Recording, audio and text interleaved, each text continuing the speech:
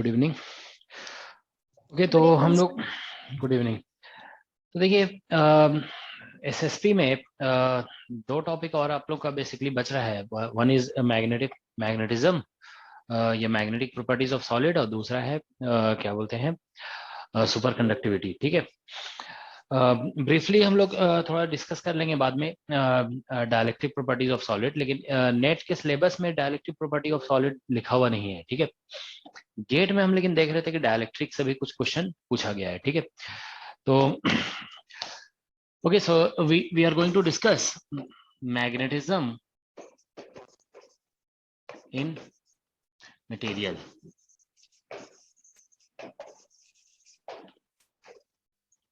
ठीक है, magnetism in materials.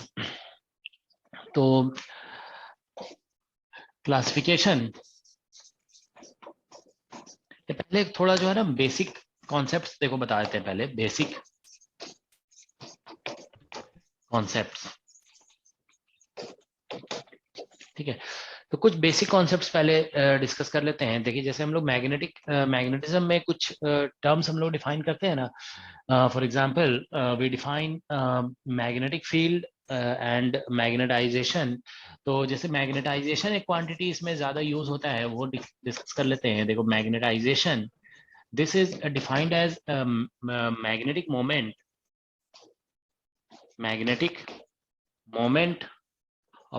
पर यूनिट वॉल्यूम। ठीक है, अब magnetic moment basically magnetic dipole moment भी इसे कहते हैं। Magnetic moment basically current into area basically लिखा जाता है जैसे। ठीक है, so this is definition of magnetization. अब इसमें जैसे मैग्नेटिक मोमेंट है, मैग्नेटिक मोमेंट, ठीक है, मैग्नेटिक मोमेंट हम लोग बेसिकली एक करंट लूप का डिफाइन करते हैं। This is defined for current loop. मतलब दो तरह का होता है। देखिए, जैसे क्लासिकल मैग्नेटिक मोमेंट आप डिफाइन करते हो ना, तो वो बेसिकली आप कह सकते हो कि करंट लूप के लिए ही डिफाइन किया जाएगा। और अगर हम ठीक है, so this is classical view. अगर आप डिस्कस करते हैं, करंट लूप होता है ये बेसिकली। ठीक है, तो जैसे मान लीजिए कोई करंट मैग्नेटिक मोमेंट अगर आप डिफाइन करना चाहते हैं तो करंट लूप के लिए डिफाइन होता है। ठीक है, ये करंट जैसे मान लीजिए आई फ्लो कर रहा है और इसका एरिया वेक्टर ऐसे एस लिखा हुआ है, तो मैग्नेटिक मोमेंट हम लोग म्यू डिफाइन कर देते हैं, ये करंट इनटू एरिया। ठीक है, ये हो गया।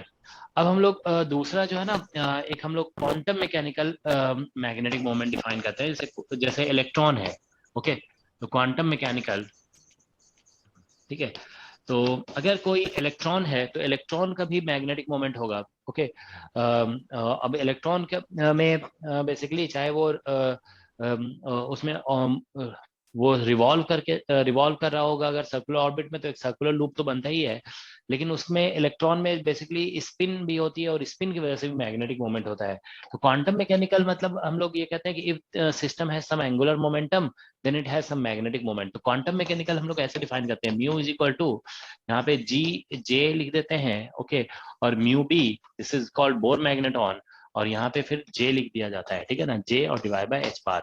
ठीक है, तो ये जे जो है ना क्वांटम मैकेनिक्स के अकॉर्डिंग ये एक ऑपरेटर होता है, एंगुलर मोमेंटम ऑपरेटर। ठीक है, तो यहाँ पे म्यू इज इक्वल टू, अगर इसका मैग्नीट्यूड हम निकालेंगे तो जी जे ऐसे लिख देते हैं, लैंडेजी फैक्टर है ये, और यहाँ पे म्यू भी बोर मैग्नेटॉन है, और इसका वैल्यू जब निकालते हो रहा तो ये J into J plus one आ जाता है। ठीक है, जे प्लस वन, और एच बार कैंसिल आउट हो जाता है, यहाँ पे एक एच बार भी आता है। ठीक है ना, सो this is quantum mechanically magnetic moment. Okay, इसमें जीजे जो लिखा गया है ना वो बेसिकली लैंडेजी फैक्टर बोलते हैं इसे। ठीक है ना, ये एटॉमिक फिजिक्स में आप पढ़ते हो। ठीक है ना, लैंडेजी फैक्टर, और इसका वैल्यू हम लोग क्या बोलते हैं, लिखा जाता है, दिस इज इक्वल टू 3/2 और plus S into S plus one और minus L into L plus one होता है। ठीक है, और divided by 2 into J plus one. तो ये सभी जो है ना क्वांटम नंबर्स हैं, एल एस। तो this is the magnetic moment. तो आप ये कह सकते हो कि ये जे जो है एंगुलर मोमेंटम है। So whenever a quantum mechanical system has angular momentum, okay, it will have some magnetic moment also. ठीक है, और म्यू बी जो यहाँ पे है, mu B, this is written as E H bar upon 2m। ठीक है, ये हमारा बोर मैग्नेटॉन है, दिस इज बोर मैग्नेटॉन। ठीक है ना, ये बोर मैग्नेटॉन है, और इसका वैल्यू मतलब सभी वैल्यू हम लोग यहाँ पे जैसे इलेक्ट्रॉन है, मास ऑफ इलेक्ट्रॉन है, ये सभी पुट कर दोगे तो कुछ 9.27 इंटू 10⁻⁻24 आता है इसका वैल्यू, ठीक है ना, जूल पर टेस्ला, ठीक है ना, दिस इज जूल पर टेस्ला पर टेस्ला, ठीक है। ये इसका एसआई यूनिट है मैग्नेटिक मोमेंट का, या फिर करंट इनटू एरिया से लिखते हैं ना, तो इसका यूनिट जो है आप एम्पियर मीटर स्क्वायर भी लिख सकते हो, और एम्पियर मीटर स्क्वायर, ठीक है। तो देखिए मतलब हम ये कह सकते हैं कि क्लासिकली हम ऐसे ही थिंक करते हैं कि if there is current loop, okay, there is magnetic moment, okay, ठीक है। तो दैट्स वन थिंग। तो ये मैग्नेटाइजेशन और मैग्नेटिक मोमेंट का फॉर्मूला हो गया, ठीक है। तो अगर आप देखिए यहाँ पे सपोज कि बहुत सारे मैग्नेटिक डाइपोल्स वगैरह है, तो हम लोग मैग्नेटाइजेशन को जो है ना कैपिटल एम से डिनोट कर देंगे, ठीक है ना। मैग्नेटिक मोमेंट को हम लोग म्यू से जनरली डिनोट कर रहे हैं, ठीक है ना। तो देखो यहाँ पे मैग्नेटाइजेशन इज इक्वल टू हम ऐसे लिख देंगे, अगर मान लो बहुत सारे डाइपोल्स हैं, ठीक है ना, तो एन इंटू म्यू और डिवाइड बाई वॉल्यूम ऐसे लिख देते हैं, तो एन ये जो है ना नंबर डेंसिटी हो जाएगा, तो कभी कभी रफली हम लोग ऐसे लिख सकते हैं, ठीक है ना। सो मैग्नेटाइजेशन इज इक्वल टू मतलब एक तरह से ये मतलब मैक्सिमम हो गया, मैक्सिमम मैग्नेटाइजेशन, इसको सैचुरेशन मैग्नेटाइजेशन भी बोल सकते हैं, क्योंकि हम डायरेक्टली हम इसका मतलब ये मानकर चल रहे हैं कि सारे मैग्नेटिक मोमेंट ऐड हो रहे हैं। अगर सारे ऐड नहीं होंगे तो फिर मतलब वेक्टर सम करना पड़ेगा ना, तो कुछ कम भी हो सकता है इससे। तो ये मैक्सिमम वैल्यू है एक तरह से, मतलब ये जो है ना मैक्सिमम वैल्यू है मैग्नेटाइजेशन का, मैक्सिमम वैल्यू, मैग्नेटाइजेशन का मैक्सिमम वैल्यू जो हमारा आ रहा है, ठीक है ना, sorry, this is maximum value of magnetization, ठीक है, maximum value that is coming out to be N into mu. इसको हम लोग सैचुरेशन मैग्नेटाइजेशन भी बोलते हैं, this is called saturation magnetization, ठीक है। तो कभी अगर किसी सिस्टम का सैचुरेशन मैग्नेटाइजेशन निकालने के लिए बोला जाता है, तो एक डाइपोल का जो मैग्नेटिक मोमेंट होगा उसको हम नंबर डेंसिटी से मल्टीप्लाई कर देंगे। एन यहाँ पे ऑब्वियसली नंबर बाय वॉल्यूम है, तो एन इज इक्वल टू हो जाएगा नंबर डेंसिटी, ठीक है। ऑलराइट, तो ये कुछ बेसिक कॉन्सेप्ट्स हो गए। तो एक दो चीजें और हम बता देते हैं, जैसे हम लोग लीनियर मटेरियल, ठीक है, लीनियर मटेरियल अगर हम लोग डिस्कस करते हैं तो उसमें देखो हम लोग या पहले इससे पहले देखो हम लोग एक रिलेशन इसमें यूज होता है बहुत फ्रिक्वेंटली, आप जानते होंगे कि B is equal to sorry H is equal to ऐसे लिखा जाता है, H is equal to B by mu naught, ठीक है ना, म्यू नॉट माइनस मैग्नेटाइजेशन, ठीक है ना। This is in general true for all materials, okay, ये सभी मटेरियल के लिए ट्रू होता है, ठीक है ना। और लीनियर मटेरियल हम लोग फिर डिफाइन करते हैं, लीनियर मटेरियल, ठीक है, ये सभी ईएमटी में डिस्कस किया जाता है, ठीक है ना। लीनियर मटेरियल वो होता है जिसमें magnetization is proportional to H होता है, ठीक है ना। यहाँ से मैग्नेटाइजेशन इज इक्वल टू हम लोग काई मैग्नेटिक ससेप्टिबिलिटी से कहते हैं, और ये एच हो गया, जैसे मैग्नेटिक ससेप्टिबिलिटी इनटू एच। तो इसको जब यहाँ पे हम पुट कर देते हैं, ठीक है ना, तो इससे फिर लीनियर मटेरियल के लिए फिर ऐसा रिलेशन आ जाता है, B is equal to H और डिवाइड बाय यहाँ पे म्यू नॉट और इंटू म्यू आर। तो ये म्यू नॉट और म्यू आर जो है ना ये परमिबिलिटी है, वहां पे म्यू जो हम लोग लिख रहे हैं ना, ये वाला म्यू अलग है, ध्यान रखोगे, ये म्यू मैग्नेटिक डाइपोल मोमेंट है, ठीक है ना। यहाँ पे mu naught mu R permeability of the medium, ठीक है ना। उल्टा लिख दिया हम यहाँ पे, है ना, यहाँ से रिलेशन ऐसा आता है, ठीक है ना, एच इज इक्वल टू, ठीक है ना, सॉरी, यहाँ पे ऐसा आ जाएगा, एच इज इक्वल टू आता है B divide by mu naught. हम एक्सप्लेन नहीं कर रहे हैं, ठीक है ना, डायरेक्ट लिख रहे हैं अभी, ठीक है ना। तो ये कुछ बेसिक रिलेशन है जो ईएमटी से हम लोग यूज करते हैं, ये सभी क्लास 11-12 में भी बताया जाता है, ठीक है। ठीक है, तो अब ये बस इतना ही बेसिक कॉन्सेप्ट है। अब इसके आगे हम लोग डायरेक्ट मैग्नेटिक प्रॉपर्टी वगैरह डिस्कस करने जा रहे हैं। चलो एक और चीजें हम लोग डिस्कस कर लेते हैं। जैसे हम लोग जानते हैं इसमें स्टैटिस्टिकल मैकेनिक्स में हम लोग probability of occupying A state अगर निकालना चाहते हो ना, कोई प्रोबेबिलिटी अगर आप निकालना चाहते हो फॉर ऑक्युपाइंग rth स्टेट, तो this is written as e to the power minus beta और ई आर और डिवाइड बाय ये z लिखा जाता है, where z is partition function. यहाँ पे इसकी कुछ डिजेनरेसी हो सकती है, ठीक है ना, there might be some degeneracy of that state, okay. तो यहाँ पे ऐसे करके जी जे लिख सकते हो, ठीक है ना, डिजेनरेसी को हम लोग जी लिख दे रहे हैं अगर, ठीक है ना, सॉरी, डिजेनरेसी को मान लो अभी हम कुछ और सिंबल लिख देते हैं, ठीक है ना, क्योंकि जी से लैब्रेज फैक्टर लिख रहे हैं। तो डिजेनरेसी को मान लो हम यहाँ पे समथिंग लिख देते हैं, सपोज कैपिटल जी लिख देते, ठीक है, ये कैपिटल जी ना लिख करके कुछ भी लिख दें, ठीक है, चलो डी लिख देते हैं, ठीक है ना, इस तरह से। तो ये डी जो है ना डिजेनरे rth स्टेट का डिजेनरेसी है। तो z हमारा पार्टीशन फंक्शन जो है ना ऐसे लिखते हैं d r e to power minus beta E r और ठीक है ना, और समेशन ओवर ऑल स्टेट्स, तो दिस इज पार्टीशन फंक्शन, ठीक है ना। तो डी आर वहां पे rth स्टेट की डिजेनरेसी है, ठीक है। तो ये basically probability of occupying rth state होता है, ठीक है ना।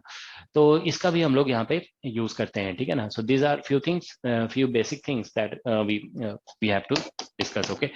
अच्छा, हम लोग एक चीज और चलो मेंशन कर देते हैं, जैसे मान लो क्लासिकल मैकेनिक्स में ये बताया था कि Lagrangian of charge particle electromagnetic field अगर आप लिखते हो, ठीक है ना, तो इलेक्ट्रोमैग्नेटिक फील्ड में लैग्रेंजियन हम लोग ऐसे लिखते हैं ना, हाफ mv², और डू यू रिमेम्बर लैग्रेंजियन कितना होता है इलेक्ट्रोमैग्नेटिक फील्ड में, अगर वेक्टर पोटेंशियल ए है तो कितना लिखते हैं? -q प्लस क्यू और q5 ए डॉट वी ऐसे आता है ना, ठीक है, और माइनस -q5 ठीक है ना। तो इस तरह से लैग्रेंजियन हम लोग लिखते हैं, ठीक है ना। सो this is Lagrangian of charge particle, this is Lagrangian of charge particle in electromagnetic field, ठीक है। तो इलेक्ट्रोमैग्नेटिक फील्ड में ये लैग्रेंजियन है चार्ज पार्टिकल का, ओके। ठीक है, तो ये कुछ बेसिक्स हो गए। अब हम लोग आते हैं क्लासिफिकेशन ऑफ सॉलिड्स पे, ठीक है। तो देखिए यहाँ पे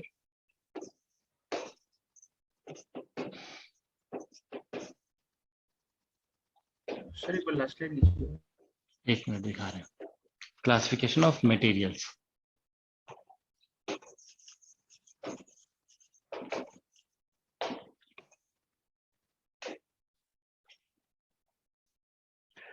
ठीक है, ऐसे तो देखो कॉन्सेप्ट तो बहुत सारे हैं, ठीक है। जैसे आप ये ईएमटी में जानते हो कि वेक्टर पोटेंशियल को ऐसे लिखा जाता है, vector potential is written as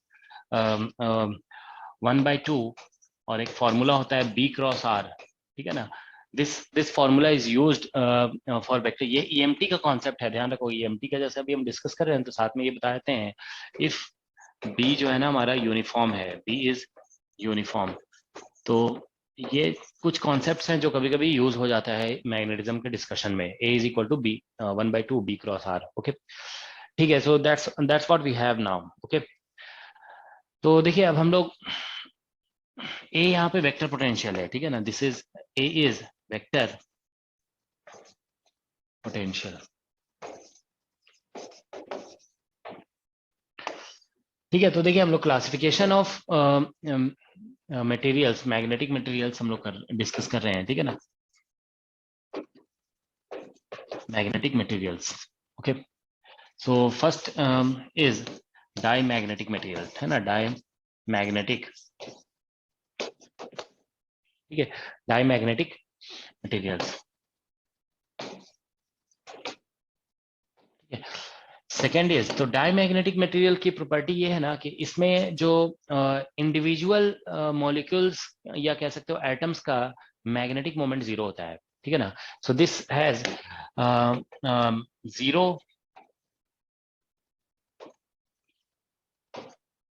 magnetic moment of individual atoms, ठीक है। इंडिविजुअल एटम्स का मैग्नेटिक मोमेंट जीरो होता है, ठीक है ना। ये इंडिविजुअल एटम्स बोलिए यहाँ पे, या यहाँ पे हम लोग डाइपोल कह देते हैं, ठीक है ना, इंडिविजुअल डाइपोल, ठीक है ना। डाइपोल का मैग्नेटिक मोमेंट जीरो है बेसिकली, ठीक है ना। So zero magnetic moment of individual atoms, okay. Second is paramagnetic, ठीक है, पैरामैग्नेटिक मटेरियल्स, ओके। इसमें तो हम ये बेसिकली ऐसे लिख दे रहे हैं, आप समझ जाओगे कि mu is equal to zero है यहाँ, ठीक है ना। So here mu is mu individual जो है ना वो नॉट जीरो होता है, मगर म्यू टोटल जो होता है ना, total that is equal to zero, ठीक है। टोटल मैग्नेटिक मोमेंट अगर हम सिस्टम का निकालेंगे ओवरऑल तो दैट इज नॉन जीरो, ठीक है, sorry that is zero, okay. So that is the basic concept of paramagnetic material, okay. अब जैसे देखिए हम लोग ससेप्टिबिलिटी डिस्कस किए थे वहां पे, तो इसमें क्या होगा कि इसमें ससेप्टिबिलिटी, ओके, काई एम, ठीक है ना, ये बेसिकली इंडिपेंडेंट ऑफ टेम्परेचर होता है, this is independent of temperature, ठीक है। इसमें काई एम अगर निकालते हैं, काई एम, तो this is proportional to 1 by temperature, ठीक है ना, ये 1 by टेम्परेचर निकलता है, ठीक है ना, इंडिपेंडेंट ऑफ टेम्परेचर है, इसमें inversely proportional to temperature paramagnetic material के लिए होता है। तो हम लोग जब थ्योरी पढ़ते हैं ना, when we learn about theory of magnetic materials, तो बेसिकली ये एक्सपेरिमेंटल, ये जो लिखा गया ना chi m susceptibility is independent of temperature, तो जैसे डायमैग्नेटिक मटेरियल में हम लोग ये देखेंगे कि ये इंडिपेंडेंट ऑफ टेम्परेचर है, तो क्यों है, मतलब इसका हम थ्योरेटिकल एक्सप्लेनेशन ही पढ़ा जाता है, ठीक है ना, we learn about its theoretical explanation, ठीक है ना। तो हम ऐसा करो, थोड़ा सा स्पेस यहाँ पे दे देते हैं, ठीक है ना, तो ये जो है ना कुछ चीजें और लिख देते हैं, ठीक है ना। तो जैसे काई एम इंडिपेंडेंट ऑफ टेम्परेचर है, इसमें काई एम जो है ना वो बेसिकली नेगेटिव होता है, काई एम इज नेगेटिव, इसमें काई एम जो है, काई एम इज पॉजिटिव होता है ये, ठीक है ना, पॉजिटिव, और बहुत ज्यादा लार्ज नहीं होता है, दिस इज स्मॉल, ठीक है ना, दिस इज स्मॉल, ओके। तो इसमें इंडिविजुअल जो एटम का मैग्नेटिक मोमेंट है, दिस इज नॉट, ठीक है, इंडिविजुअल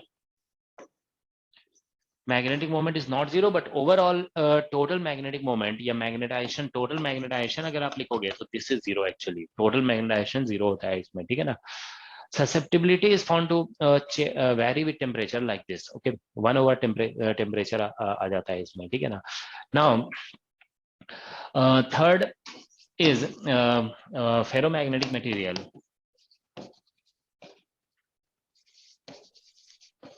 ठीक है, इन फेरोमैग्नेटिक मटेरियल्स, ठीक है, इसमें भी ऐसा ही है कि इंडिविजुअल म्यू, इंडिविजुअल का जो मैग्नेटिक मोमेंट है दैट इज नॉट जीरो, ठीक है ना। और इसमें जो है ना मतलब एक बल्क ऑफ मटेरियल में भी there can be magnetization, okay, इसमें मैग्नेटाइजेशन हो सकता है, दिस इज नॉट जीरो, ठीक है ना। तो मतलब अगर हम एक बल्क ऑफ मटेरियल में निकालते हैं टोटल मैग्नेटिक मोमेंट, मतलब इसमें म्यू टोटल जो होगा, this also may not be zero, ठीक है, there can be total magnetic moment in the system, ठीक है ना। तो फेरोमैग्नेटिक मटेरियल में कुछ इस तरह का सिचुएशन पाया जाता है, ठीक है ना। तो इसमें अगर आप ससेप्टिबिलिटी निकालेंगे, ससेप्टिबिलिटी, तो दिस इज पॉजिटिव, ये मैग्नेटिक ससेप्टिबिलिटी है, ठीक है ना, कायम ये पॉजिटिव है, और ये पाया जाता है कि लार्ज होता है generally, this is large in comparison to paramagnetic, okay, and it is found that chi M is proportional to 1/T minus TC, ठीक है ना, T माइनस टीसी होता है for T greater than TC, ठीक है ना, इस तरह का बिहेवियर होता है इसमें, ठीक है ना, दैट्स द फेरोमैग्नेटिक मटेरियल, ठीक है ना।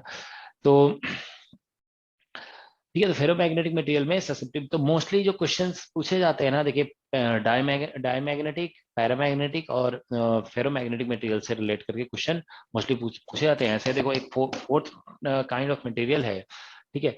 तो अब देखिए ये एक डिपेंडेंस है, तो आप इसको बेसिकली अगर ग्राफ वगैरह प्लॉट करने के लिए आ जाता है, तो ये तो आप डिपेंडेंस जानते हैं तो प्लॉट कर ही सकते हैं। तो इसमें जो है ना, अगर क्वेश्चन ये पूछा था कि देखिए इसमें हम टी ग्रेटर देन टीसी में ये बता रहे हैं, तो टी लेस देन टीसी में क्या इसका ग्राफ होगा, तो टी लेस देन टीसी में कोई वेल नोन ग्राफ इसका नहीं है, ठीक है ना, ये बेसिकली कॉम्प्लेक्स बिहेवियर कहते हैं, ठीक है ना। टी लेस देन टीसी पे काई एम का जो बिहेवियर होता है, दिस इज कॉम्प्लेक्स, ठीक है ना, तो इट हैज कॉम्प्लेक्स बिहेवियर, ठीक है ना। All right, now fourth is basically anti-ferromagnetic material, ठीक है, anti-ferromagnetic material. In this material, actually, what happens कि म्यू इंडिविजुअल जो है इसमें भी नॉट जीरो होता है, but total magnetization in this case is zero. Total magnetization निकालोगे ना तो जीरो आएगा, या म्यू टोटल आप निकालते हैं, म्यू टोटल, तो this comes out to be zero. What generally happens is that इसमें जो नेबरिंग स्पिन होते हैं ना, वो बेसिकली मान लीजिए एक किसी सॉलिड में एक पर्टिकुलर प्लेन में अगर स्पिन पैरेलल है, तो उसके नेक्स्ट प्लेन में एंटी पैरेलल हो जाते हैं, इस तरह का अरेंजमेंट हो सकता है। यहाँ पे अगर स्पिन पैरेलल है तो नेक्स्ट प्लेन में ये एंटी पैरेलल होते हैं, so that's why total magnetic moment comes out to be zero here, okay. तो ये बेसिकली एंटी फेरोमैग्नेटिक मटेरियल का अलाइनमेंट है, ठीक है ना। फेरोमैग्नेटिक में जनरली क्या होता है कि in a region spin get aligned parallel because of स्पॉन्ड, ठीक है ना, there is something called exchange interaction, ठीक है ना। तो फेरोमैग्नेटिक मटेरियल में स्पिन जो है ना इस तरह से पैरेलल अलाइन हो सकते हैं, ठीक है ना, they get, so in bulk of material spin may get parallelly aligned, okay. तो ये एंटी फेरोमैग्नेटिक मटेरियल का ये प्रॉपर्टी है। इसमें काई एम जनरली देखा जाता है कि it varies like this 1 plus T plus, ठीक है ना, सम टी एन, ठीक है ना, for T greater than T N, ठीक है ना। इस तरह से कुछ बिहेवियर होता है where this T N is called, इसमें टीसी जो है इसको क्यूरी टेम्परेचर कहते हैं, टीसी इज क्यूरी। तो देखिए मतलब ये जो भी हम डिस्कस कर रहे हैं ना, ये मतलब समझ लो थ्योरी से पहले पता था, तो हम लोग भी इसको डायरेक्ट इसीलिए बता रहे हैं कि these things are known before theory, ठीक है ना। थ्योरी से तो बेसिकली ये एक्सप्लेन किया गया कि ऐसा बिहेवियर क्यों होता है और how we can derive this kind of behaviour from theory, that's what the theory of magnetism is. Okay, तो टीसी यहाँ पे क्यूरी टेम्परेचर कहलाता है, ठीक है ना, क्योंकि ये मैडम क्यूरी ने भी इस पे काम किया हुआ है, ठीक है ना। तो मतलब after her name it has been called Curie temperature, ठीक है। और यहाँ पे टी एन जो है this is perhaps called Neel temperature, ठीक है ना, ठीक है। तो देखिए ये जो भी हम लिख रहे हैं ना यहाँ पे, all these remember all these are experimental, ठीक है, all these are experimental findings, है ना, ठीक है। तो थ्योरी ऑफ मैग्नेटिज्म जो है ना, देखो थ्योरी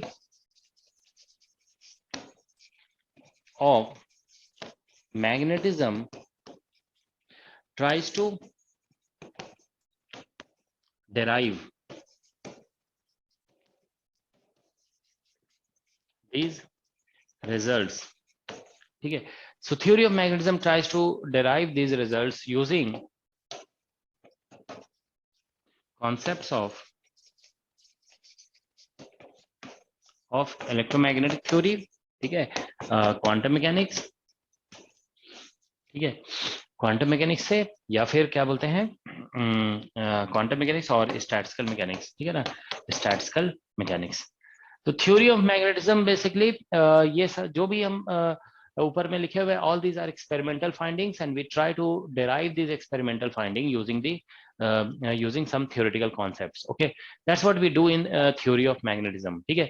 तो देखिए एग्जाम में जानते हो कभी कभी ये बेसिकली डायरेक्ट क्वेश्चंस भी, ये सभी जो एक्सपेरिमेंटल फाइंडिंग्स है ना, उस पर भी कभी कभी क्वेश्चन डायरेक्टली भी आ जाता है, ठीक है। तो हम लोग देखो स्टार्ट करते हैं थ्योरी ऑफ, देखो बेसिकली प्योर डेरिवेशंस हैं ये सभी, और जानते हो ये जो टॉपिक है आप ध्यान रखेंगे मैग्नेटिक मटेरियल्स टॉपिक, ये थ्योरेटिकल क्वेश्चन इससे ज्यादा पूछा जाता है, ठीक है। तो अगर आप जानते हो मतलब कोई भी बुक है ना, अगर उस बुक से आप खुद भी पढ़ते हो ना, तो हमें लगता है कि ज्यादा बेटर अंडरस्टैंडिंग, मतलब हम ब्रीफली बता दे रहे हैं, लेकिन आप जैसे मान लीजिए कि पूरी एन बब्बर है, ठीक है ना, आप पूरी एन बब्बर से पढ़ लो खुद खुद थोड़ा तो थोड़ी थ्योरेटिकल अंडरस्टैंडिंग मतलब इसमें ज्यादा जरूरी होता है, ठीक है ना। तो डायरेक्ट डायरेक्ट क्वेश्चन थ्योरी से भी पूछे जाते हैं, ठीक है। ऑलराइट, तो ये हो गया, मतलब हमने जो भी लिस्ट यहाँ पे जो भी हमने लिखा है ना, वो एक्सपेरिमेंटल फाइंडिंग है। अब हम लोग इसका कुछ थ्योरेटिकल डिस्कशन करने जा रहे हैं, ठीक है। तो देखो यहाँ पे थ्योरेटिकल डिस्कशन, ठीक है। तो यहाँ पे ऐसा करो, आप ऊपर में ही जो है ना इसमें ऐसे लिख दीजिए आप लोग, ठीक है। यहाँ पे जो लिखा गया है ना, क्लासिफिकेशन ऑफ मटेरियल्स, ओके, तो on the basis of,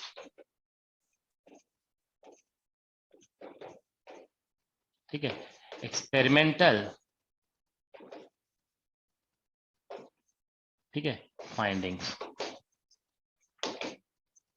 experimental findings के बेसिस पे ये क्लासिफिकेशन किया गया है, ठीक है। Okay, so now let us discuss theoretical discussion, ठीक है ना, of magnetic properties. Sir last slide show करना। ठीक है, तो देखिए हम लोग ये जो थ्योरेटिकल डिस्कशन हम लोग करने जा रहे हैं ना मैग्नेटिक प्रॉपर्टीज का, ठीक है, इसका मतलब ये होता है, ठीक है, कि हम लोग ये सभी जैसे डायमैग्नेटिक मटेरियल है इसमें, ओके सर।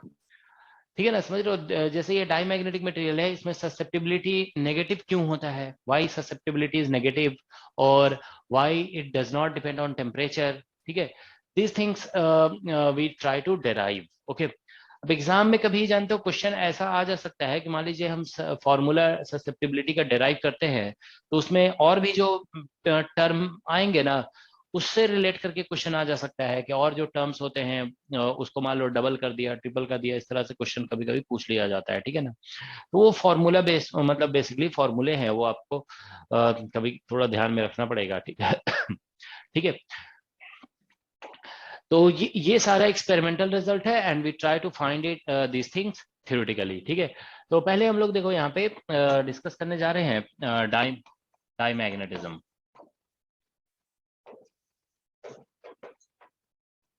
ठीक है, डाई मैग्नेटिज्म हम लोग डिस्कस कर रहे हैं, ठीक है। तो देखो डाई मैग्नेटिज्म को दो तरीके से हम लोग एक्सप्लेन करते हैं। एक तो है क्लासिकल थ्योरी, ठीक है ना, क्लासिकली, देखो क्लासिकल थ्योरी, ठीक है। तो देखो डाईमैग्नेटिक मटेरियल में पहले हम ये बता देते हैं, देखो पहले थोड़ा सा इसको ऐसे लिख दो, ठीक है, एक मिनट। डाईमैग्नेटिक मटेरियल में जैसे हम बताया ना कि इसमें काई एम जो है वो बेसिकली नेगेटिव होता है। नेगेटिव होने का मतलब ये है ना कि इस ये जो मटेरियल है वो जो मैग्नेटाइजेशन प्रोड्यूस करेगा that will be opposite to the applied field. Okay, negative ऐसा है ना, देखो हम लोग ये लिखते हैं m is equal to chi m और इंटू एच, अगर ऐसे लिख रहे हैं हम लोग, ठीक है ना। तो ये नेगेटिव होने का मतलब ये है कि such materials produce magnetization opposite to the applied field. Okay, so such materials produce magnetization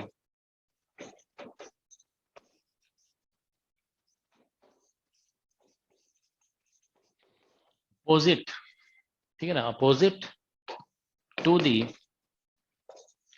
applied field. यहां से देखो ये नेगेटिव आने का मतलब हो गया कि magnetization is proportional to minus H के प्रोपोर्शनल है, ठीक है ना। तो जिसकी वजह से magnetic field, okay, so due to which magnetic field जो मटेरियल के अंदर होता है, मटेरियल के अंदर मैग्नेटिक फील्ड, ठीक है ना, वो बेसिकली लेस देन, ठीक है ना, this becomes less than magnetic field applied, ठीक है ना। अप्लाइड मैग्नेटिक फील्ड से ये अंदर में मटेरियल के अंदर मैग्नेटिक फील्ड कम हो जाता है, ठीक है ना।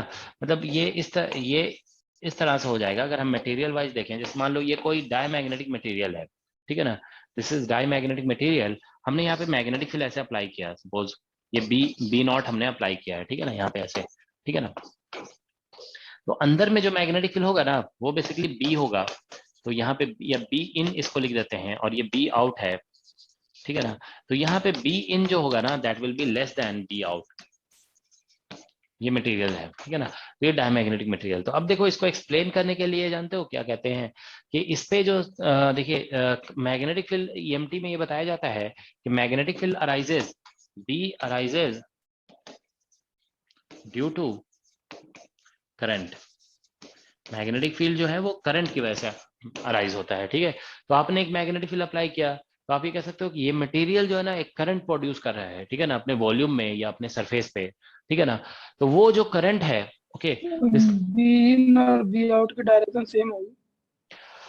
देखो हम ये कह रहे हैं ना कि कम हो गया अंदर में, ये नहीं बोले कि अपोजिट ही हो गया, समझ गया ना। कम बोल रहे हैं ना कि अंदर में कम हो गया है, मतलब नेट मैग्नेटिक फील्ड इसी डायरेक्शन में होगा। तो कम कैसे हो सकता है, कोई भी वेक्टर कम कैसे होगा। जैसे मान लीजिए इधर 10 है और यहाँ पे 8 हो गया, तो इसका मतलब मटेरियल ने 2 अपोजिट डायरेक्शन में प्रोड्यूस किया, ठीक है ना। तो ये नेट वैल्यू बी इन जो है ना वो नेट वैल्यू है, ठीक है। तो यहाँ पे मटेरियल अगर आप ये पूछते हैं मटेरियल ने कितना, मान लो ये 10 हम इसको बोल रहे हैं, ये 8 है, तो इसका मतलब ये 8 कैसे हो गया कि हमने तो 10 अप्लाई किया था, तो मतलब मटेरियल ने 2 अपोजिट डायरेक्शन में प्रोड्यूस किया, ये आप कह सकते हो, ठीक है ना। तो यहाँ से देखिए ठीक है। तो अब देखिए ये आप लोग सभी जानते होंगे कि जैसे मान लीजिए एक वायर ऐसे जा रहा है, ठीक है ना, तो उसमें हम लोग ये कहते हैं ना कि वायर में करंट अगर सीधा जा रहा है तो करंट के डायरेक्शन में थंब रखो, मैग्नेटिक फील्ड लाइन चारों तरफ ऐसे सर्कुलर होता है। या फिर रिवर्स भी बोलते हैं कि जैसे कोई सर्कुलर लूप है ऐसे, देखिए तो इसमें करंट अगर आइए ऐसे फ्लो कर रहा है तो फिंगर ऐसे कर्ल कर दोगे ना तो थंब ऊपर चला जाता है, ये मैग्नेटिक फील्ड का डायरेक्शन होता है ऐसे, देखो ये मैग्नेटिक फील्ड। ठीक है ना। तो यहाँ पे ये जानते हो ये material actually magnetic field produce कर रहा है अपोजिट डायरेक्शन में, तभी नेट वैल्यू कम हो जा रहा है। तो इसका मतलब हम अगर आप नीचे करोगे ना तो मैग्नेटिक इसमें जो है ना एक करंट प्रोड्यूस हो जाएगा यहाँ पे मटेरियल में, एक करंट जो है ना इंड्यूस होता है यहाँ पे ऐसे इस तरह से, ठीक है ना। इस मटेरियल में एक करंट ऐसे अंदर में इंड्यूस होगा, ठीक है ना। तो हम ऐसे कह सकते हैं मैग्नेटिक फील्ड इधर है ना, तो इसमें करंट ऐसे इंड्यूस हो गया है, ठीक है ना। तो इस तरह से करंट इंड्यूस हो गया, और इस करंट की वजह से, ठीक है ना, इस करंट की वजह से मैग्नेटिक फील्ड अपोजिट डायरेक्शन में प्रोड्यूस हो रहा है, ठीक है ना। ठीक है, तो बेसिकली ये इसका प्रॉपर्टी है मेन डायमैग्नेटिक मटेरियल का, कि अंदर में मैग्नेटिक फील्ड कम हो जाता है बिकॉज ऑफ दिस नेगेटिव, ठीक है। तो अंदर में मैग्नेटिक फील्ड कम हो जाता है, इसीलिए बोलते हैं कि मैग्नेटिक ससेप्टिबिलिटी नेगेटिव है, ठीक है। अच्छा, मैग्नेटिक ससेप्टिबिलिटी से रिलेटेड एक क्वांटिटी होता है relative permeability mu r is equal to 1 plus chi m लिखते हैं इसमें, ठीक है ना। तो काई एम नेगेटिव है ना, तो इसलिए म्यू आर जो होगा वो लेस देन 1 हो जाता है, mu r is less than 1, okay, for diamagnetic materials, okay. ठीक है, और इसका ये तो हम बता ही दिए टेम्परेचर से इंडिपेंडेंट होता है इसका, ठीक है। तो अब इसको एक्सप्लेन करने के लिए देखिए क्लासिक दो तरह की थ्योरी है, ठीक है, क्लासिकल थ्योरी है और एक बेसिकली क्वांटम थ्योरी है। तो क्लासिकल थ्योरी में हम ये कहते हैं ना कि इलेक्ट्रॉन्स जो है ना वो ऑर्बिट में घूम रहे हैं, ठीक है ना, ऑर्बिट में न्यूक्लियस के चारों तरफ घूम रहे हैं, तो वो एक करंट लूप की तरह बिहेव करता है। तो अकॉर्डिंग टू लेंज लॉ, देखो ये ईएमटी में ये बताया जाता है कि जब भी कोई लूप है ना, तो अब आप क्या बोलते हैं, कोई मैग्नेटिक फील्ड अगर अप्लाई करेंगे तो इसमें एक ईएमएफ डेवलप होगा, और वो ईएमएफ जो है ना एक अपोजिट करंट डेवलप इंड्यूस करता है, ठीक है। जैसे मान लीजिए पहले से एक करंट लूप है, ठीक है, तो मैग्नेटिक फील्ड अप्लाई करने से इसमें एक करंट इंड्यूस होगा, ठीक है ना। और करंट जो इंड्यूस होगा वो बेसिकली एक अपोजिट डायरेक्शन में मैग्नेटिक फील्ड, मतलब करंट जो इंड्यूस होता है ना वो अप्लाइड मैग्नेटिक फील्ड को कम करने की कोशिश करता है, ठीक है ना। तो इसीलिए मैग्नेटिक फील्ड कम हो जाता है, ठीक है। तो हम लोग पहला एक्सप्लेनेशन तो इसका ये है, मतलब क्लासिकल थ्योरी में हम इस तरह से एक्सप्लेन करते हैं कि when magnetic field is applied, ठीक है ना, मैग्नेटिक फील्ड जब हम अप्लाई करते हैं then due to Lenz law, then according to, ऐसे कह सकते, then according to Lenz law, ठीक है, Lenz law induced current in electronic loops, electronic loops जो है ना उसमें जो इंड्यूस करंट है, ठीक है ना, इलेक्ट्रॉनिक लूप्स या इलेक्ट्रॉनिक ऑर्बिट बोल सकते हो, ठीक है ना। Induce current electronic loops produces magnetic field in produces be induced, ऐसे लिख दो, be induced in opposite direction, ठीक है। ये ईएमटी का देखो बहुत बेसिक कॉन्सेप्ट है कि जब भी आप कोई मैग्नेटिक फील्ड अप्लाई करेंगे ना, तो इंड्यूस करंट से जो मैग्नेटिक फील्ड प्रोड्यूस होता है वो हमेशा अप्लाइड मैग्नेटिक फील्ड के अपोजिट होता है। तो मतलब इसमें बी इंड्यूस्ड यहाँ पे एक आएगा, बी इंड्यूस्ड, ठीक है, इन अपोजिट डायरेक्शन, ठीक है ना। तो ये हमेशा ऐसा होता है कि देखो बी इंड्यूस्ड जो यहाँ पे आ रहा है ना, बी इंड्यूस्ड, ठीक है, this is opposite to B applied, ठीक है। तो इसीलिए बेसिकली ये क्या कहते हैं, नेट मैग्नेटिक फील्ड इसलिए कम हो जाता है, मतलब बी अप्लाइड के ये अपोजिट है ना, इसीलिए नेट मैग्नेटिक फील्ड कम हो जाता है, ठीक है। तो मतलब अब क्वेश्चन ये है कि करंट एक्चुअल में तो इलेक्ट्रॉन जो है ना, देखो एक्चुअल में तो इलेक्ट्रॉन का कोई करंट लूप होता नहीं है, तो इसको फर्दर, ठीक है, तो इसको फर्दर एक्सप्लेन करने के लिए ये कहा जाता है कि मैग्नेटिक फील्ड की वजह से इलेक्ट्रॉन का स्पीड जो है ना वो बेसिकली कम हो सकता है, ठीक है ना। तो इलेक्ट्रॉन के स्पीड जो है ना कम हो जाता है मैग्नेटिक फील्ड की वजह से, ठीक है। तो इसीलिए क्या बोलते हैं, वहां पे करंट वगैरह का वैल्यू कम हो जाता है, तो अल्टीमेटली कह सकते हैं मैग्नेटिक फील्ड कम हो जाता है, ठीक है। तो इसको फर्दर मतलब एलाबोरेट करने के लिए इस तरह से कहा जाता है, ठीक है, कि स्पीड वगैरह कम हो जाता है, ठीक है। तो ये क्लासिकल थ्योरी है, दिस इज क्लासिकल थ्योरी। तो देखो हम लोग थ्योरी पूरा डिटेल में डिस्कस नहीं कर रहे हैं क्योंकि वो दैट इज प्योर डेरिवेशन, दो दो तीन तीन पेज का डेरिवेशन होता है, ठीक है। तो मतलब इसको देखो टू फर्दर ऐसे लिख सकते हैं, to further explain this concept, तो इस कॉन्सेप्ट को फर्दर एक्सप्लेन करने के लिए, to further explain this concept, we say that angular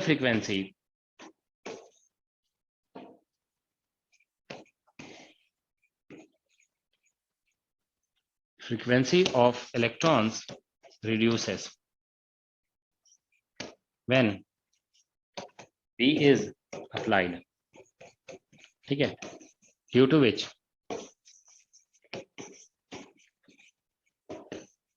ठीक है, due to which net magnetic field inside, ठीक है, net magnetic field inside decreases, ठीक है। तो इस तरह से हम लोग एक्सप्लेन कर देते हैं, ठीक है ना इसे, ठीक है। मतलब ऐसा करो, रिड्यूसेस ना लिख करके यहाँ पे चेंजेस लिख दो, ठीक है ना, चेंजेस, कुछ का इंक्रीज भी करता है, कुछ का डिक्रीज भी कर जाता है, ठीक है। तो एंगुलर फ्रीक्वेंसी चेंज होता है और उसकी वजह से basically net magnetic field inside, net be inside decreases, ठीक है। तो ये क्लासिकल थ्योरी में, अब देखो इसका डेरिवेशन भी है, there is something called Lorentz derivation, वो इतना इंपॉर्टेंट नहीं है कि आप डेरिवेशन पढ़े, तो इसलिए हम डेरिवेशन स्किप कर रहे हैं, ठीक है ना। लास्ट में हम एक फॉर्मूला सिर्फ लिख देंगे, ठीक है ना। तो एक्सप्लेनेशन देखो हमने क्लासिकल थ्योरी को बताया है, ठीक है ना। अब हम आते हैं क्वांटम थ्योरी, ठीक है ना, क्वांटम। लास्ट में देखो हम एक रिजल्ट आपको सिर्फ बता देंगे कि रिजल्ट क्या है, ठीक है ना, क्वांटम थ्योरी। तो क्वांटम थ्योरी में हम लोग ये कहते हैं कि हैमिल्टोनियन, ठीक है ना, देखो Hamiltonian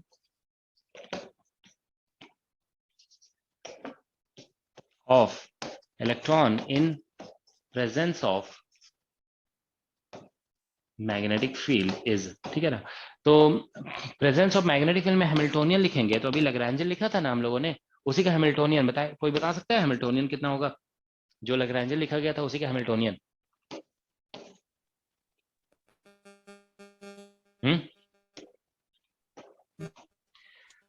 P minus Q whole square by 2 P minus Q into A है ना, हाँ ठीक है, होल स्क्वायर और डिवाइड बाई 2m, ठीक है ना, ऐसे ही होगा ना, 2m और plus plus Q. Q into 5, ऐसे ही होगा ना। तो ये वाला टर्म हम जीरो कर रहे हैं क्योंकि ये जो है ना, इसको जीरो कर देंगे क्योंकि नो इलेक्ट्रिक फील्ड है, अभी हम इलेक्ट्रिक फील्ड का डिस्कशन नहीं कर रहे हैं, ठीक है ना। ये जो है ना इलेक्ट्रोमैग्नेटिक फील्ड में फाई आता है, जहाँ पे इलेक्ट्रिक फील्ड भी होता है, तो इसको फाई को जीरो कर दो, ठीक है ना। तो यही इसका हैमिल्टोनियन है। तो H इज इक्वल टू, देखो यहाँ से पी स्क्वायर बाई 2m होगा, ठीक है ना, पी स्क्वायर बाई 2m और प्लस इसको ओपन करोगे ना, ठीक है, तो ये बेसिकली हमारा आ जाएगा, देखो सॉरी एक टर्म आएगा क्यू स्क्वायर ए स्क्वायर, ठीक है, और यहाँ पे 2m और प्लस एक टर्म आ जाएगा यहाँ से, देखो 1 by Q by 2m, 2ab वाला जो टर्म आएगा माइनस क्यू बाई एम, और यहाँ से जो है ना p dot del, sorry p dot A और प्लस a डॉट पी, ऐसे लिख दिया जाता है, ठीक है ना, a डॉट पी, ठीक है, that's what we write, okay. तो देखो यहाँ पे ये अगर हम मैग्नेटिक फील्ड को जनरली बहुत लार्ज एज्यूम नहीं करते हैं, तो वीक फील्ड के केस में, देखो वीक फील्ड के केस में हम लोग इस टर्म को नेग्लेक्ट कर देते हैं, वी नेग्लेक्ट दिस टर्म, ठीक है ना। So in case of weak field we neglect this term, okay. And second thing आप क्या बोलते हैं, यहाँ पे पी डॉट ए जो है ना, देखिए वीक फील्ड के केस में नेग्लेक्ट, हाँ यहाँ पर जो बी आउट लेते हैं वो यूनिफॉर्म लेते हैं, हाँ यूनिफॉर्म अभी मान के चल रहे हैं, मतलब नेगेटिव फील्ड।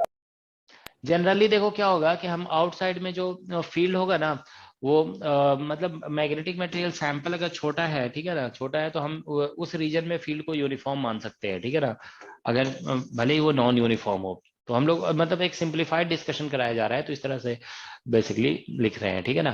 तो देखो वीक, सॉरी वीक में WEA क्या होगा ना, वीक फील्ड अगर है ना, ठीक है ना, तो वीक फील्ड में बेसिकली नेग्लेक्ट क्यू स्क्वायर ए स्क्वायर अपॉन 2m, इसको नेग्लेक्ट किया जाएगा, ठीक है ना। और ये जो p डॉट डेल है ना, देखो p डॉट डेल नहीं, p डॉट ए लिखा हुआ है ना, p डॉट ए, तो p को क्वांटम मैकेनिक्स में ऐसे लिख दिया जाता है माइनस आयोटा एच क्रॉस और डेल डॉट ए, ये लिखा जाता है, ठीक है ना। क्वांटम मैकेनिक्स में। तो इसको हम लोग डेल डॉट ए जो है ना ईएमटी में there is something called Coulomb gauge, okay, उसके अकॉर्डिंग जो है ना इसको जीरो कर देते हैं हम लोग, this is equal to zero. ये ईएमटी में कूलॉम गेज कहलाता है, ठीक है ना, कूलॉम गेज, ठीक है। Del dot A Coulomb gauge में del dot A is equal to zero लिया जाता है, ठीक है ना। तो ये जीरो, तो इसको जीरो कर दिया तो बचा फिर हमारा सिर्फ ये टर्म, देखो यहाँ पे h is equal to p square by 2m, ठीक है, और माइनस q बाई 2m, ठीक है ना, q बाई 2m, और यहाँ पे a डॉट p आ गया, ठीक है ना, a डॉट p। तो ये टर्म सिर्फ बच रहा है, ठीक है ना। तो हम लोग फिर जो है ना इसी टर्म का, ठीक है ना, इस टर्म का हम लोग बेसिकली ये कैलकुलेट करते हैं एक्सपेक्टेशन वैल्यू, ठीक है ना। So we calculate expectation value of this term, ठीक है ना। तो ठीक है, सो वी, तो ये हमारा एक तरह से पर्टर्बेशन हो गया, दिस इज पर्टर्बेशन। इसको एक पर्टर्बेशन की तरह ट्रीट किया जाता है, ठीक है ना, we treat it as a perturbation, ठीक है ना। और हम लोग इस मतलब फर्स्ट ऑर्डर पर्टर्बेटिव करेक्शन यहाँ से डेवलप करते हैं, ठीक है ना, we develop, so this is, so we develop first order perturbative, ठीक है। तो इसको एक पर्टर्बेशन की तरह ट्रीट किया जाता है, पर्टर्बेटिव करेक्शन, ठीक है, ठीक है। तो यहाँ से basically first order perturbative correction in energy वगैरह यहाँ से बेसिकली डेवलप किया जाता है, ठीक है। तो that's the, this is how actually quantum theory proceeds, okay. तो यहाँ से हम लोग जो है ना basically first order change in energy और ये कैलकुलेट करते हैं। तो मतलब यहाँ से ऐसे first order change in energy निकाला जाता है, या टोटल एनर्जी निकालेंगे तो दिस एनर्जी और plus correction coming from this, okay. तो ये बेसिकली यहाँ से देखो साई और minus Q divide by 2m, ठीक है, और a डॉट p, ठीक है, और फिर ये यहाँ से साई, ठीक है, दिस वी कैलकुलेट, ओके। तो देखो ये एनर्जी यहाँ से कैलकुलेट किया जाता है, और फिर यहाँ एनर्जी जैसे कैलकुलेट हो जाएगा ना, तो फिर एनर्जी का कंपैरिजन करते हैं हम लोग, ठीक है ना। जैसे एनर्जी कैलकुलेट हो गया, तो एनर्जी को जैसे हम लोग किसी डाइपोल को मैग्नेटिक फील्ड में रखते हैं ना, तो उससे जो एनर्जी आती है, एनर्जी इज इक्वल टू ऐसा होता है माइनस म्यू डॉट बी, ठीक है ना। तो म्यू डॉट बी आता है, ठीक है ना। तो ठीक है, तो इस चीज से कंपेयर करके और फिर ससेप्टिबिलिटी वगैरह माइनस म्यू डॉट बी आता है, ठीक है ना। So from there we actually calculate the susceptibility, ठीक है। तो देखो this is what is actually done in quantum theory, ठीक है ना। तो देखो यहाँ से basically after some calculation you obtain the value of susceptibility, ठीक है ना। तो जैसे हम इससे कंपेयर करेंगे, ठीक है ना, इससे कंपेयर करके और क्या बोलते हैं मैग्नेटाइजेशन वगैरह कैलकुलेट कर लिया जाता है, ठीक है। And from the formula of magnetization we जैसे we obtain the formula of susceptibility, ठीक है। तो देखो हम ससेप्टिबिलिटी का फॉर्मूला जो है ना यहाँ पे हम डायरेक्ट लिख दे रहे हैं, ठीक है। ये एक मिनट, मुझे भी एग्जैक्टली याद नहीं है, ठीक है। तो ये जो है ना देखो ससेप्टिबिलिटी, ये जानते हो आ सकता है एग्जाम में, इसलिए हम लोग इसको लिख दे रहे हैं, ठीक है। कभी जो है ना डायरेक्टली पूछा जा सकता है, एक मिनट देख लेते हैं कहाँ है।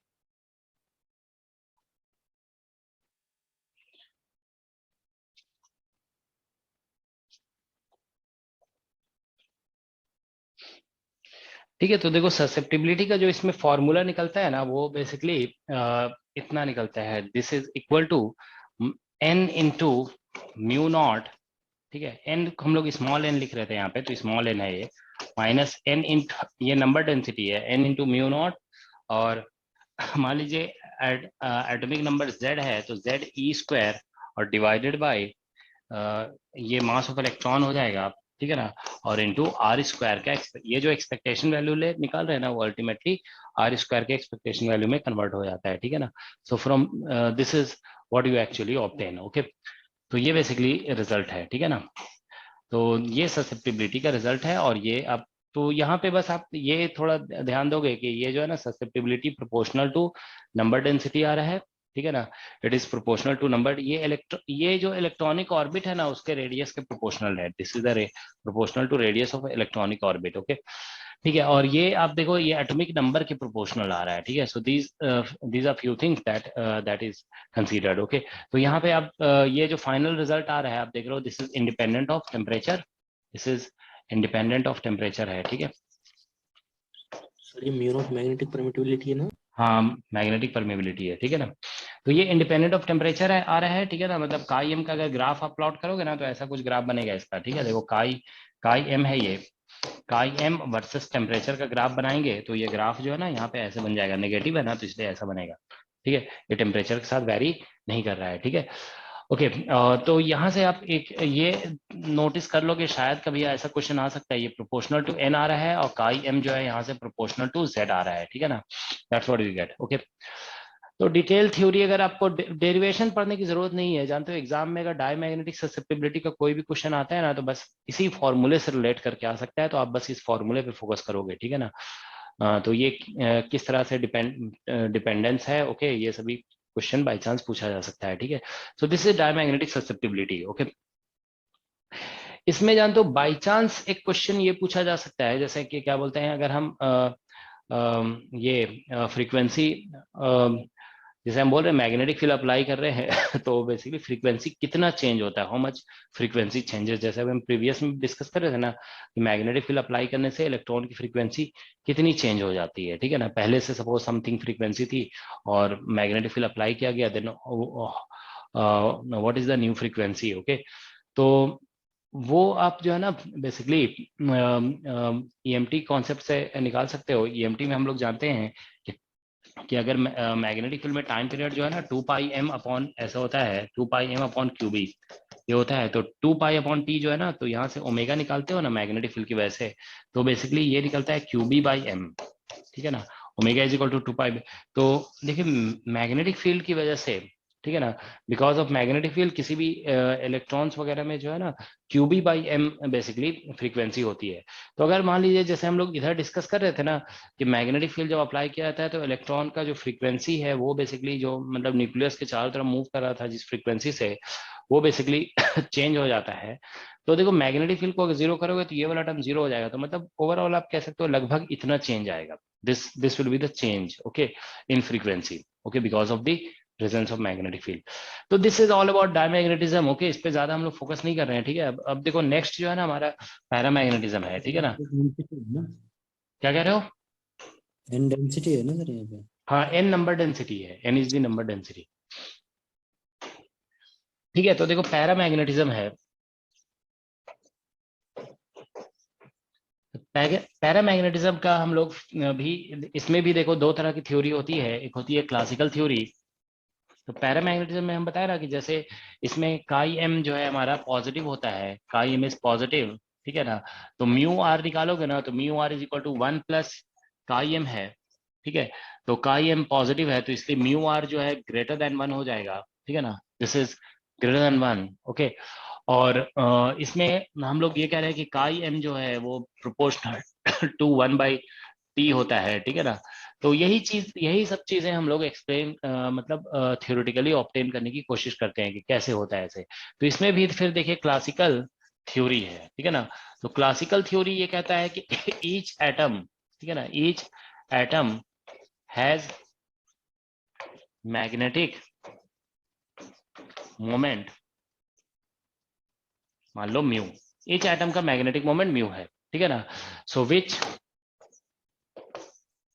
लाइंस, ठीक है, ऑन अलोंग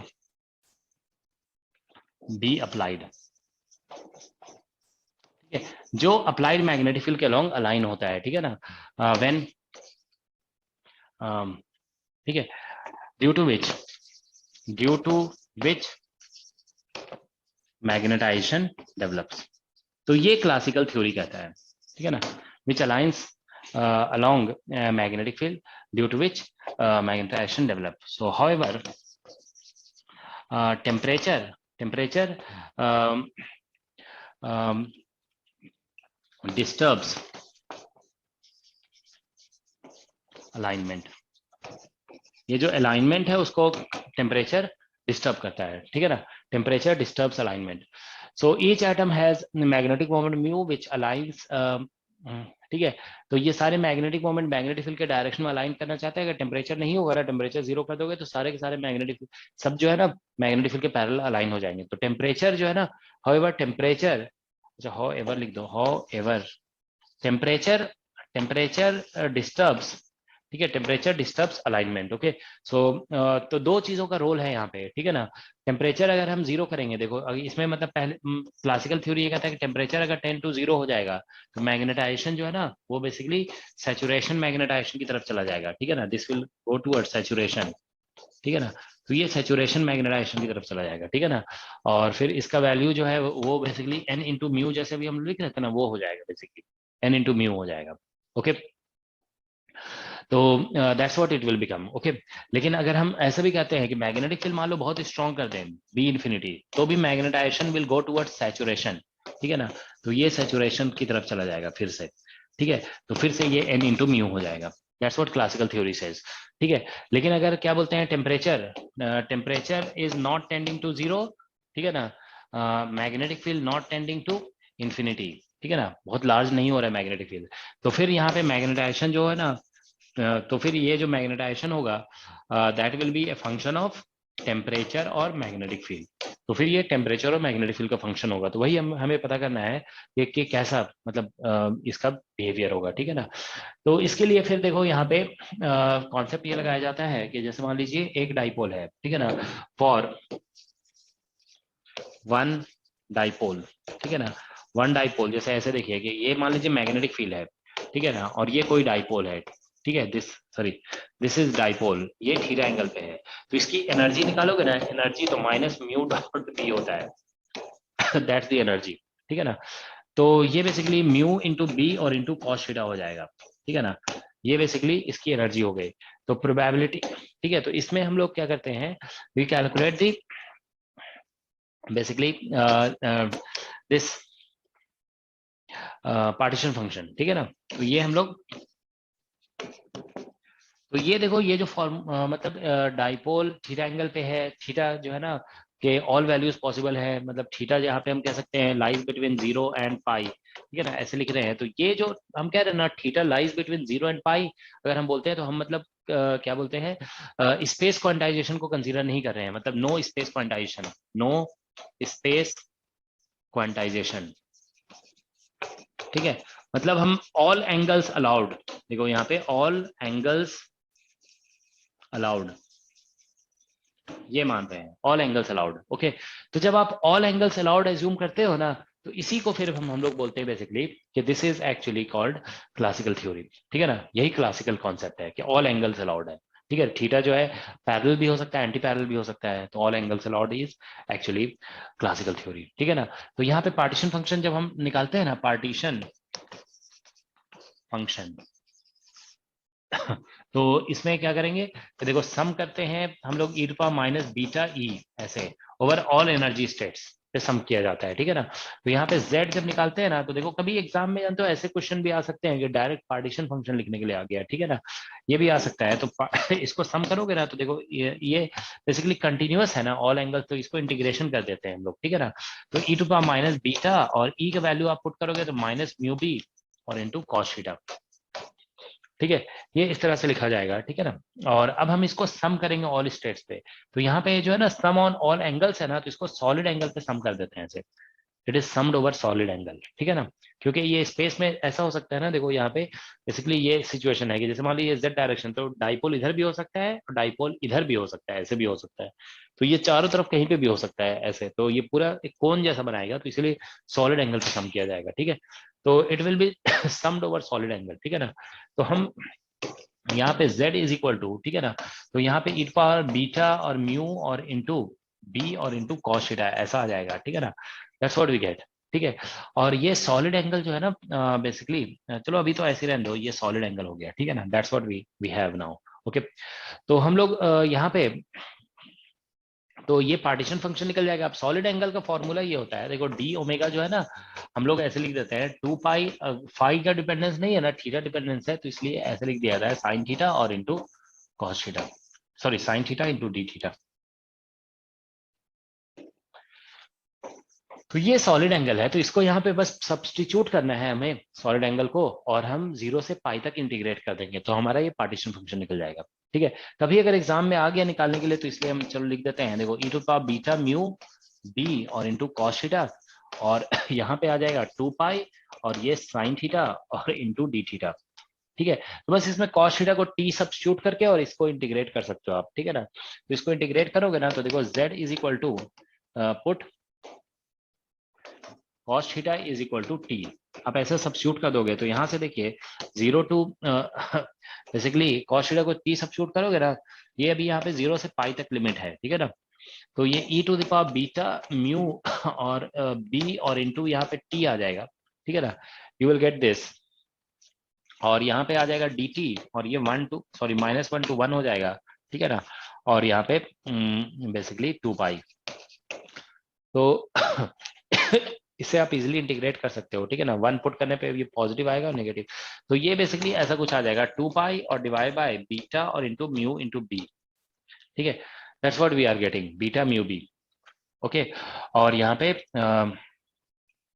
ठीक है, और एक्सपोनेंशियल बीटा म्यू बी और इंटू 1, टी का वैल्यू 1 हो जाएगा, ठीक है ना, और e power beta mu into B minus में आ जाएगा जब हम लोग t को -1 पुट करेंगे, तो ठीक है। So this is something that we are getting, okay. तो यहाँ पे 2 से मल्टीप्लाई कर दोगे ना, तो ये कॉस में कन्वर्ट हो जाएगा, तो 4 पाई और डिवाइड बाय बीटा और इंटू म्यू बी, ठीक है, और ये हो जाएगा cos hyperbolic beta mu B, तो ये इसका पार्टीशन फंक्शन निकल जाता है, ठीक है ना, this is how we calculate the partition function, ठीक है। तो ये क्या हुआ, साइन में होगा, अच्छा हाँ साइन में होगा, साइन में सही कह रहे हो, ठीक है ना, दिस इज साइन, माइनस है ना, तो this will be sine hyperbolic, ठीक है, sine hyperbolic beta mu B, ठीक है। तो ये पार्टीशन फंक्शन निकल गया, ठीक है ना। तो देखो ये हम इसलिए बता दे रहे हैं, कभी ऐसा क्वेश्चन आ भी जा सकता है कि what is the partition function of a magnetic dipole placed in a magnetic classical dipole, ये क्लासिकल थ्योरी है ना, तो क्लासिकल डाइपोल का मैग्नेटिक फील्ड में क्या बेसिकली पार्टीशन फंक्शन होगा, तो ये बेसिकली इसका पार्टीशन फंक्शन है, ठीक है ना।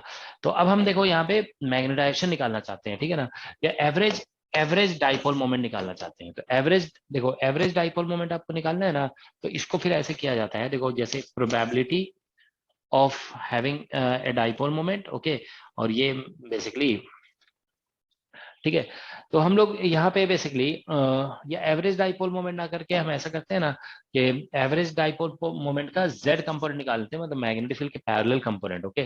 तो ये देखिए ये प्रोबेबिलिटी हो जाएगा, ठीक है ना, और इनटू उस साइड कंपोनेंट जो निकलेगा ना मैग्नेटिक फील्ड के पैरेलल, देखिए ऐसे ये ऐसा है ना कि इधर म्यू है, ये थीटा है और इधर बी है, तो ये डायरेक्शन को हम z बोल रहे हैं, तो इस डायरेक्शन में जो मैग्नेटिक मोमेंट होगा उसका एवरेज वैल्यू निकाला जाता है, ठीक है ना। तो एवरेज वैल्यू निकालने के लिए देखिए इसका कंपोनेंट, तो इधर हम देख रहे हैं कि म्यू कॉस थीटा हो रहा है, तो म्यू कॉस थीटा तो निकल जा रहा है, लेकिन थीटा वेरी कर रहा है ना, तो थीटा वेरी कर रहा है तो इसका एवरेज निकालना होगा, तो ये एवरेज निकालने के लिए, ठीक है ना, ये थीटा वेरी कर रहा है, तो एवरेज निकालने के लिए इसको प्रोबेबिलिटी से मल्टीप्लाई करेंगे, ठीक है ना, और फिर से सम करेंगे ओवर ऑल स्टेट्स, ठीक है ना, तो we will sum it over all states, ठीक है ना, तो यहाँ पे फिर से वही हो जाएगा, ठीक है ना, कि इसको हम सभी स्टेट्स पे सम कर रहे हैं, ठीक है ना।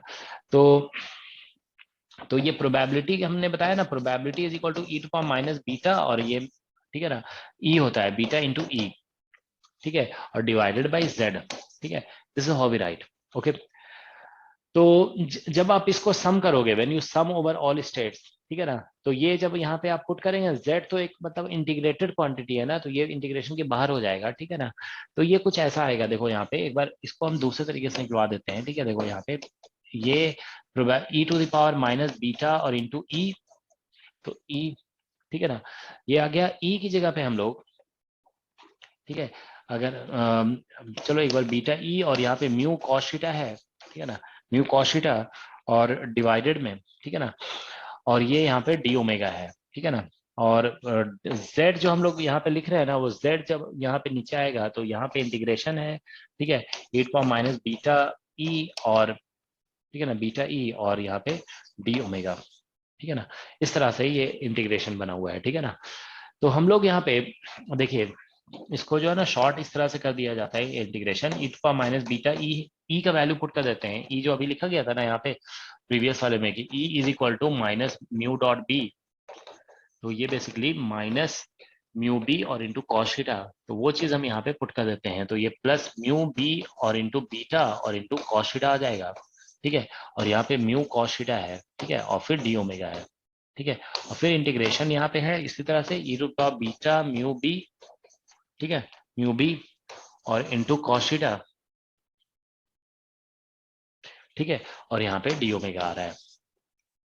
तो बेसिकली आप देखो यहाँ पे जो म्यू और कॉस थीटा जो टर्म है ना, वो टर्म बेसिकली यहाँ पे आ गया है, तो हम इसको अगर डिफरेंशिएट करते हैं ना, इस टर्म को इस एक्सपोनेंशियल को डिफरेंशिएट करेंगे तो ये टर्म आ जाता है, ठीक है ना। तो इसीलिए इसको शॉर्ट में ऐसे लिख दिया जाता है, ठीक है ना। देखो म्यू जेड का एक्सपेक्टेशन वैल्यू निकाल रहे हो ना, तो हम इसे जो है ना ऐसे लिख देंगे ln और इंटीग्रेशन, ये वाला जो इंटीग्रेशन है, ठीक है ना, दिस, ठीक है, this integration e to the power beta और म्यू बी, ठीक है, और इंटू कॉस थीटा, ठीक है। इस टर्म का हम बेसिकली ln ले रहे हैं और इसको डिफरेंशिएट कर देते हैं हम लोग, let us differentiate this in terms of, क्योंकि इंटीग्रेशन तो डी ओमेगा पे है, तो हम अलग से डिफरेंशिएट करेंगे ना, तो इन डिफरेंशिएशन को अंदर ले जाया जा सकता है, इसको बीटा से डिफरेंशिएट कर दो, तो इससे डिफरेंशिएट करोगे ना, तो देखो ये ln लिखा हुआ है, सॉरी ये ln ऐसे लिखा हुआ है, तो ln से 1/दिस आ जाएगा, तो 1/दिस से ये पूरा टर्म आ गया, और फिर हम इसको बीटा को अंदर ले आके डिफरेंशिएट करेंगे तो एक्सपोनेंशियल से एक्सपोनेंशियल तो आ ही जाएगा, और अलग से म्यू बी और इंटू कॉस थीटा टर्म आ जाएगा, तो म्यू कॉस थीटा तो है ही यहाँ पे, बस बी नहीं है ना, तो यहाँ पे हम ऐसा कर सकते हैं कि 1/b से डिवाइड कर सकते हैं, we can divide by 1/b, okay, क्योंकि एक्स्ट्रा बी जो आएगा वो फिर इससे कैंसिल हो जाएगा। तो ये बेसिक, अब हम इस इंटीग्रेशन को देखो यहाँ पे कैलकुलेट कर चुके हैं, ठीक है ना। ये इसी इंटीग्रेशन को तो कैलकुलेट किया था ना यहाँ पे, ये जो इंटीग्रेशन था हमारा, ये तो वही इंटीग्रेशन हमारा कैलकुलेट हुआ था, उसमें ये रिजल्ट आया था हमारा, ठीक है ना, that's what we had, okay.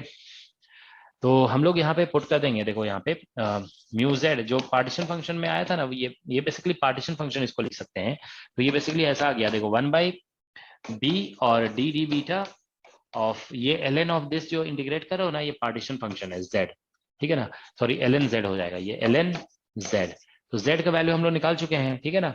तो यहाँ से आ जाएगा 1/b और डी डी बीटा, ठीक है, और ln और z का वैल्यू जो हम लोग निकाले थे 4π, ठीक है, 4π divided by beta mu B, ऐसा कुछ लिखा हुआ था, है ना, देखो यहाँ पे यही था ना, this is what we had calculated, beta mu B of sine hyperbolic beta mu B, ऐसा लिखा हुआ है, फिर यहाँ पे sine hyperbolic beta mu B, ऐसा टर्म है, ठीक है ना। So that's what we have actually, okay. तो देखो इसे जो है ना हम ln लेंगे ना, तो ln 4π आएगा, 4π को फिर बीटा से डिफरेंशिएट करोगे तो 0 हो जाएगा, तो यहाँ से देखिए म्यू जेड का जो हम बेसिकली ये कैलकुलेट कर रहे हैं, तो b हो गया यहाँ पे, और जब हम बेसिकली सिर्फ हम बीटा पे फोकस करना है, बाकी टर्म तो हट जाएंगे यहाँ से, तो ये ln बीटा बन जाएगा माइनस में, उसको डिफरेंशिएट करोगे ना तो -1/बीटा आ जाएगा, ठीक है, बीटा से डिफरेंशिएट करने से देखो -ln बीटा, और फिर साइन को डिफरेंशिएट करोगे ना ये प्लस में, तो ये हमारा रिजल्ट आ जाएगा यहाँ से, आप देखिए यू विल गेट हियर, ठीक है। तो यहाँ से जब आप डिफरेंशिएशन करोगे, when you differentiate this term, ठीक है, तो इससे रिजल्ट आएगा हमारा बेसिकली साइन फंक्शन है ये, ठीक है ना, तो साइन हाइपरबोलिक में ये ऐसा आएगा ना, मतलब पहले तो देखिए ये तो अलग हो गया हमारा, माइनस एल एन बीटा हो जाएगा, बीटा को डिफरेंशिएट करेंगे 1/बीटा हो गया, फिर एल एन साइन हाइपरबोलिक अलग हो जाएगा, तो एल एन को इसे डिफरेंशिएट करोगे ना तो ये हमारा रिजल्ट देगा एक्चुअली, ठीक है ना, दिस विल गिव अस कितना देगा ये, कॉट मतलब 1/साइन आ जाएगा, फिर साइन को कॉट हाइपरबोलिक आ जाएगा ना, बीटा म्यू बी, हाँ beta mu B, cot hyperbolic beta mu B, ठीक है ना, और इंटू म्यू बी ये भी आएगा, ठीक है ना। तो ठीक है, यहाँ से म्यू बी कॉमन ले लोगे, म्यू बी कॉमन ले लोगे ना तो 1/म्यू बी यहाँ पे आ जाएगा। तो देखो म्यूजेड का एक्सपेक्टेशन वैल्यू निकालोगे ना तो यहाँ पे हम म्यू बी कॉमन ले लेते हैं, ठीक है ना। तो बी इधर से कैंसिल हो जाएगा तो म्यू बच जाएगा यहाँ पे, और यहाँ पे आ जाएगा हमारा, देखो ये जो है ना कॉट हाइपरबोलिक और बीटा म्यू बी और माइनस 1/बीटा म्यू बी, ये आ गया, ठीक है ना। तो ये बहुत ही वेल नोन फंक्शन है, इसको बोलते हैं लैंजविन फंक्शन, ठीक है ना, दिस इज कॉल्ड लैंजविन फंक्शन। ये जब, ठीक है ना, इसको लैंजविन फंक्शन मतलब ऐसे लिखा जाता है, देखो कॉट हाइपरबोलिक अगर x लिखा हुआ है -1/x, ओके, इसको बोलते हैं हम लोग, देखो दिस इज कॉल्ड लैंजविन फंक्शन, ठीक है ना। तो ठीक है, तो दैट्स व्हाट वी हैव। तो अगर हम देखो यहाँ पे ये अभी हमारा जो रिजल्ट निकला है ना वो एक सिंगल डाइपोल का एवरेज वैल्यू निकाला हुआ है, ठीक है। अब n डाइपोल वगैरह से भी मल्टीप्लाई करेंगे, ठीक है ना। तो अब आप देखिए यहाँ पे अगर इसमें ये बोला जाता है कि अगर हम देखिए बीटा x की जगह पे बीटा म्यू बी है, ठीक है ना। तो अगर हम टेम्परेचर को हाई करते हैं और मैग्नेटिक फील्ड को बहुत लार्ज नहीं करते हैं, मतलब ये स्मॉल है, ठीक है ना। तो इफ टेम्परेचर इज हाई, तो देखो इफ टेम्परेचर इज लार्ज तो बीटा जो है ना वो स्मॉल हो जाएगा, ठीक है ना। तो बीटा स्मॉल होगा, तो उस केस में मतलब यहाँ पे जो तो इसका मतलब है कि x जो है ना वो स्मॉल हो जाएगा, मतलब आप देख सकते हो हम बीटा म्यू बी की जगह मान लो हम x लिख दिए, ठीक है ना, तो x स्मॉल हो जाएगा। तो ये बहुत ही वेल नोन फंक्शन है, इसका जानते हो, मतलब जैम की क्लासेस जो चल रही थी उसमें हम टेलर एक्सपेंशन में कराए भी थे, आप लोग खुद भी ट्राई करके देख सकते हो। इसका एक्सपेंशन करोगे ना कॉट हाइपरबोलिक x, ठीक है ना, कॉट हाइपरबोलिक x और -1/x, उन लोग का टेलर एक्सपेंशन उनके सिलेबस में होता है तो उसमें कराया गया था ये, ठीक है ना। तो इसमें देखो लिमिट x टेंड्स टू 0 अगर ये निकालते हो ना तो this comes out to be x/3, ठीक है ना, दिस अप्रोक्सीमेटली नॉट एग्जैक्टली, ठीक है ना, it comes out to be x/3, ठीक है ना।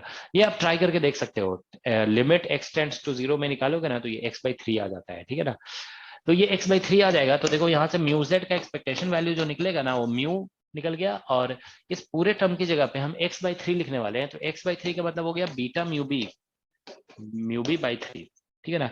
So that's what we are getting, okay. तो यहां से देखिए आप म्यूजेड, ठीक है, तो म्यूजेड अभी जो है ना एक एटम का निकला हुआ है, तो अभी हम टोटल निकालते हैं क्या, देखो टोटल म्यूजेड टोटल, तो इसको n नंबर से मल्टीप्लाई कर देंगे, तो ये म्यू इंटू और बीटा, तो म्यू स्क्वायर हो जाएगा, म्यू इंटू म्यू स्क्वायर, ठीक है ना, और ये हो गया बीटा और इंटू बी, ठीक है, और बाई 3, तो ये निकल गया।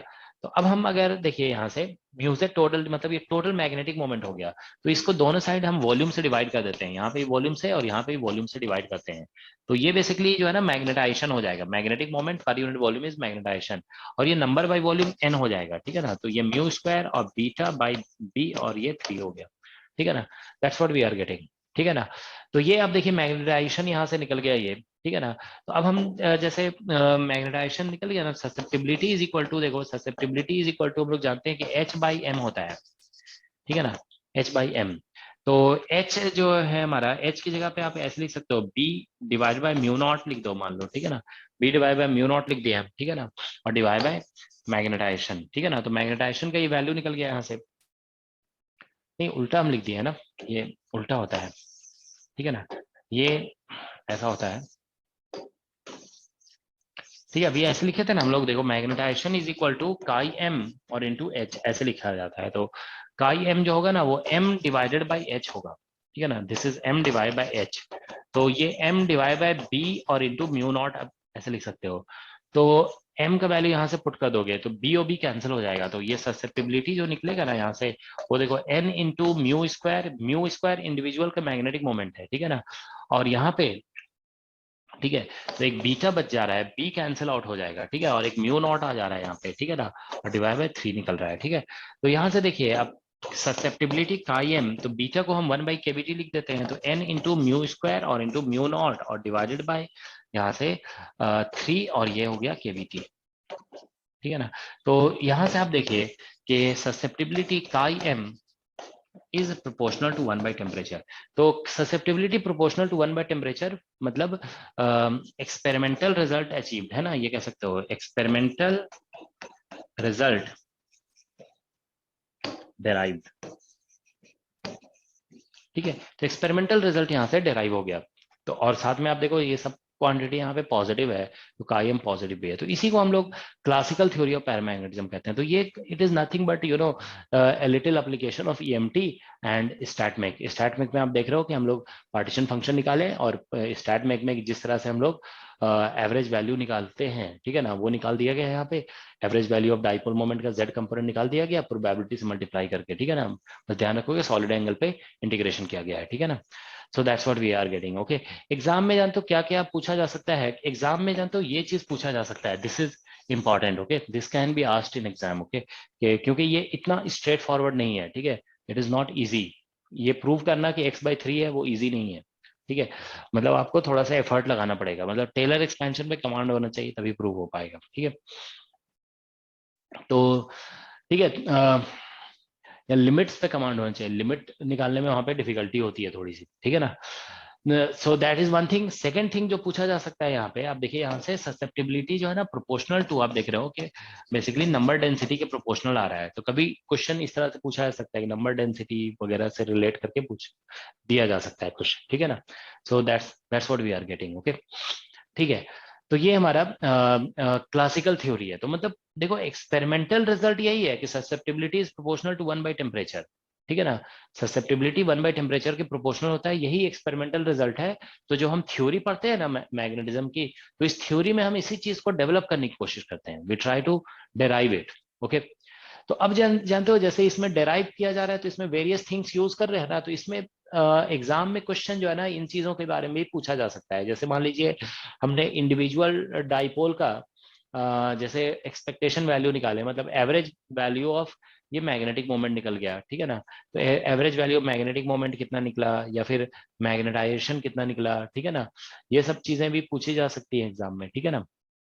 या फिर पार्टीशन फंक्शन इटसेल्फ में भी आस्क्ड, ओके, कि इसमें पार्टीशन फंक्शन कितना था, ठीक है। तो पार्टीशन फंक्शन जैसे ही निकला था हमारा, ठीक है। So this things can be asked, okay, alright. तो ये हो गया क्लासिकल थ्योरी। अब क्वांटम थ्योरी में देखो, क्वांटम थ्योरी हम पूरा नहीं करा रहे हैं, बस आपको ये बता देते हैं क्वांटम हाउ इट प्रोसीड्स। तो देखो इसमें क्या होता है क्वांटम,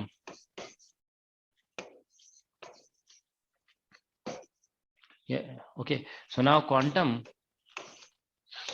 थ्योरी। तो क्लासिकल थ्योरी में और क्वांटम थ्योरी में क्या डिफरेंस है वो बता रहे हैं हमसे, ठीक है ना। तो क्वांटम थ्योरी में देखो बेसिकली क्या कहते हैं कि हम कहते हैं कि magnetic dipole magnetic field applied है और ये मैग्नेटिक मोमेंट का डायरेक्शन है, ठीक है ना। तो इसमें हम बोलते हैं कि ऑल एंगल्स नॉट अलाउड। तो ऑल एंगल्स नॉट अलाउड जब हम बोलते हैं ना, तो इसी को बोला जाता है कि स्पेस क्वांटाइजेशन हम कंसीडर कर रहे हैं, ठीक है ना। तो दिस इज स्पेस क्वांटाइजेशन, ठीक है। तो यहाँ पे स्पेस क्वांटाइजेशन कंसीडर किया जा रहा है। तो इसमें देखो हम लोग एनर्जी जो लिखते हैं ना, एनर्जी इज इक्वल टू, ये ऐसे लिखते हैं माइनस म्यू डॉट बी, ठीक है। तो अभी हम लोग जो बोल रहे थे ना कि म्यू इज इक्वल टू, ये ऐसे लिख जाता है, देखो इसमें जी जे ये लैंडेजी फैक्टर है इंटू म्यू बी और इंटू जे और डिवाइड बाय एच बार, ठीक है ना, और डॉट बी ऐसे लिख देते हैं, ठीक है। तो यहाँ से बेसिकली बी जेड डायरेक्शन में है ना, तो इसलिए जी जे और म्यू बी और इंटू मैग्नेटिक फील्ड, और ये J का Z कंपोनेंट बन जाता है, दिस इज Z कंपोनेंट, और यहाँ पे H बार। तो Z कंपोनेंट का जो वैल्यू होता है ना उसे MJ लिखा जाता है, तो this is becomes GJ mu B और इंटू B, ठीक है ना, ये माइनस साइन है, ठीक है, और ठीक है देयर इज माइनस साइन, और इसमें MJ आ जाता है, ठीक है ना, हियर वी गेट MJ, ये मैग्नेटिक क्वांटम नंबर है, ठीक है ना, JZ का, और इंटू H बार आता है, उससे ये H बार कैंसिल हो गया। तो ये हमारा एनर्जी का फॉर्मूला है, ठीक है ना, that's the formula of energy, ठीक है ना। तो अब हम लोग देखो इसमें डिफरेंट स्टेट्स पे सम करते हैं, we sum over different states. तो ये mj स्टेट्स है, ठीक है ना।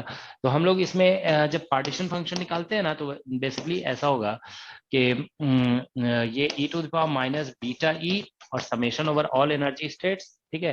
तो यहाँ से e to the power minus beta E का वैल्यू में ये प्लस हो जाएगा जी जे, ठीक है, म्यू बी और इंटू बी, और ये हो गया एम जे, ठीक है। अब यहाँ पे mj का जो वैल्यू है ना, mj जो होता है that is equal to minus J to plus J, ठीक है ना। ये माइनस जे से प्लस जे तक इसको सम करना होता है, ठीक है ना। तो ये सिंपल जीपी सीरीज बन जाता है, it is not difficult, okay. तो यहाँ से आप जीपी सीरीज बनाकर और कैलकुलेशन कर सकते हो, ठीक है ना। तो ये हो जाएगा पार्टीशन फंक्शन। अब हम इसमें फिर से वही z कंपोनेंट का एवरेज वैल्यू निकालेंगे। तो इसमें z कंपोनेंट जब आप मैग्नेटिक मोमेंट का निकालेंगे ना, तो जैसे मैग्नेटिक मोमेंट का z कंपोनेंट हमारा यही देखो, b को छोड़ करके बाकी सब जो है ना z component of magnetic moment है यहाँ पे। तो ये इतना आ जाता है जी जे मैग्नेटिक फील्ड, सॉरी, ठीक है ना, मैग्नेटिक फील्ड को छोड़कर, ठीक है ना, यहाँ पे मैग्नेटिक फील्ड को छोड़कर बाकी जो भी है वो z कंपोनेंट है बेसिकली। तो जी जे ऐसा हो गया, और ये बोर मैग्नेटॉन, ठीक है, और ये mj, ये ऐसा आ गया, ठीक है। तो ये जैसे उसमें म्यू कॉस थीटा जो लिखा गया था ना, वो म्यू कॉस थीटा ना करके यहाँ पे क्वांटम कॉन्सेप्ट आ जाता है, जैसे यहाँ पे theta mu cos theta Z component ना निकाल करके ये बोला जाता है कि this is the Z component. B को छोड़कर बाकी जो भी टर्म है ना वो जेड कंपोनेंट ऑफ, क्योंकि देखिए यहाँ पे जब ये बी के साथ डॉट हो रहा है ना, तो मतलब म्यू का प्रोजेक्शन बी की तरफ लिया जा रहा है बेसिकली, ठीक है ना। तो वही बी को छोड़कर जो भी टर्म होगा ना, वो म्यू का प्रोजेक्शन कहलाएगा in the direction of B, okay. तो वो यही टर्म है, ठीक है ना, दिस इज। और इसको फिर हम प्रोबेबिलिटी से मल्टीप्लाई करेंगे और फिर इस सभी स्टेट्स पे सम कर देंगे, ठीक है ना, जैसे उसमें लिखा गया, ठीक है ना। तो सभी एनर्जी मतलब सभी एनर्जी स्टेट्स पे इसको सम कर रहे हैं, ठीक है ना। तो जैसे प्रीवियस में कैलकुलेशन किया गया ना, वैसे ही फिर इसमें भी कैलकुलेशन किया जाएगा, एलएन वगैरह में कन्वर्ट करके इसको लिख दिया जाता है, ठीक है ना। तो यहाँ से देखिए इसको जब आप पूरा कैलकुलेशन करोगे ना, तो अल्टीमेटली इसमें जो है ना जो म्यू जेड का एक्सपेक्टेशन वैल्यू निकलेगा, ठीक है ना, वो म्यू इनटू, और इसमें जो है ना बी, एक बी जे आ जाता है, ठीक है ना। इसको बोलते हैं, जैसे उसमें लैंजविन फंक्शन आया ना, इसमें आता है there something called Brillouin function.